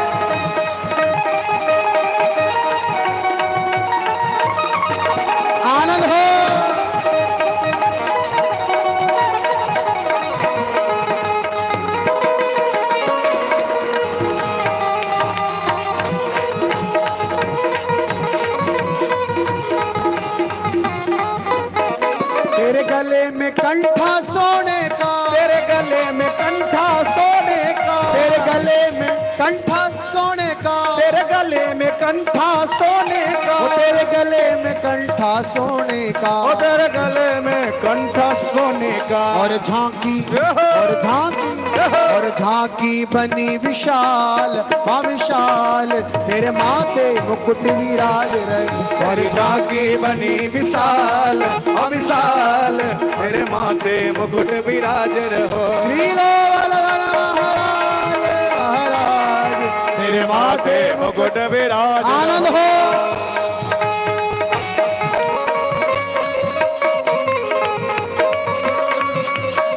वृंदावन बिहारी लाल की। जो नाचते हैं नाचो, वरना समर्पण करो।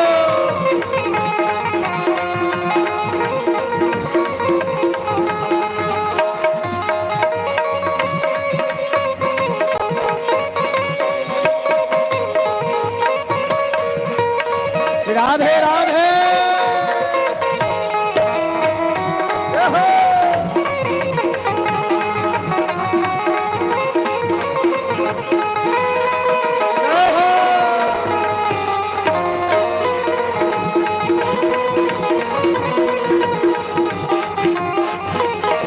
मेरी 7 कोस की है परिक्रमा, 7 कोस की है परिक्रमा, 7 कोस की है परिक्रमा, 7 कोस की है परिक्रमा। अच्छा कितने हुए हैं गिरिराज जी की परिक्रमा में? हाथ उठा के बताओ जो गिरिराज जी परिक्रमा किए हुए हो। जो गिरिराज जी की परिक्रमा नहीं किए हैं ऐसे बहुत सारे लोग हैं क्या? चलो मानसिक विश्राम का लगाएं। अरे 7 कोस की है परिक्रमा, 7 कोस की, और चकलेश्वर और चकलेश्वर और चकलेश्वर विश्राम विश्राम तेरे माथे मुकुट विराज रहो। और चकलेश्वर विश्राम विश्राम तेरे माथे मुकुट विराज रहो। श्री गोवर्धन महाराज महाराज तेरे माथे मुकुट विराज रहे। श्री गोवर्धन महाराज महाराज तेरे माथे मुकुट विराज रहो। तेरे माथे मुकुट विराज रहे। तेरे माथे मुकुट विराज रहो। तेरे माथे मुकुट विराज रहे।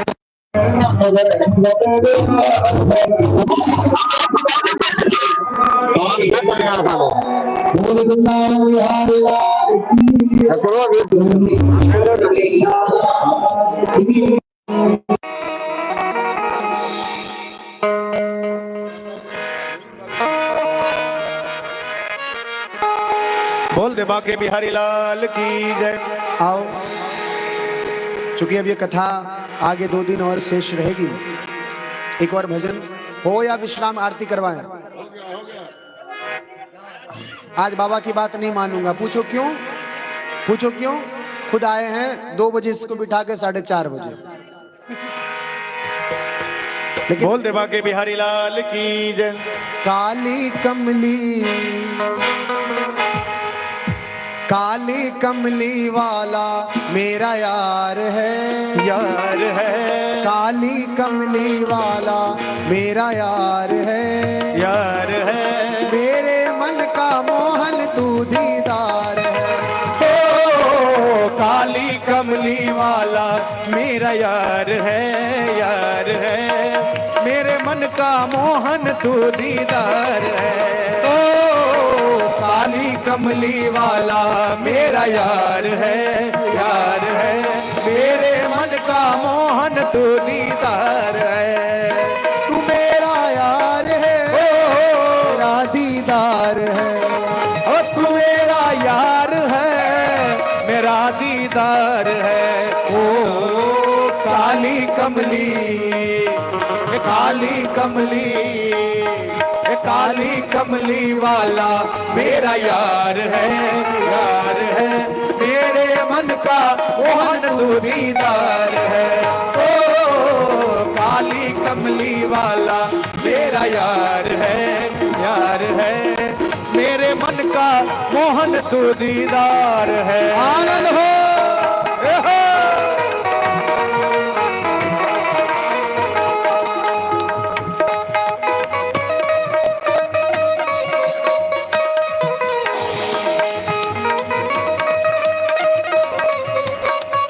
श्री राधे।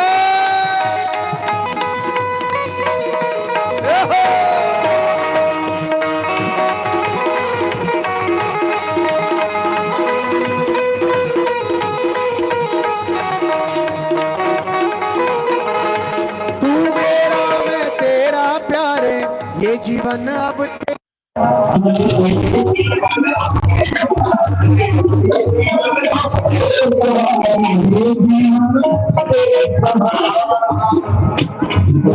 हाथों, तेरे हाथों, तेरे हाथों जीवन की पतवार है, पतवार है मेरे मन का मोहन तू दीदार है। ओ काली कमली कमली वाला मेरा यार है मेरे मन का मोहन तू दीदार है। ओ तू मेरा यार है, मेरा दीदार है। तू मेरा यार है, मेरा दीदार है। आहा काली कमली, काली कमली वाला मेरा राधारमण भगवान की जय हो। आज के आनंद की जय हो। जो बैठे हैं अब तक खड़े हो जाएं, श्री भागवत भगवान की आरती के लिए हम लोग चले। हे गिरिधर तेरी आरती गाऊं, हे गिरिधर तेरी आरती गाऊं, श्री बांके बिहारी तेरी आरती गाऊं, श्री बांके बिहारी तेरी आरती गाऊं। हे गिरिधर तेरी आरती गाऊं, हे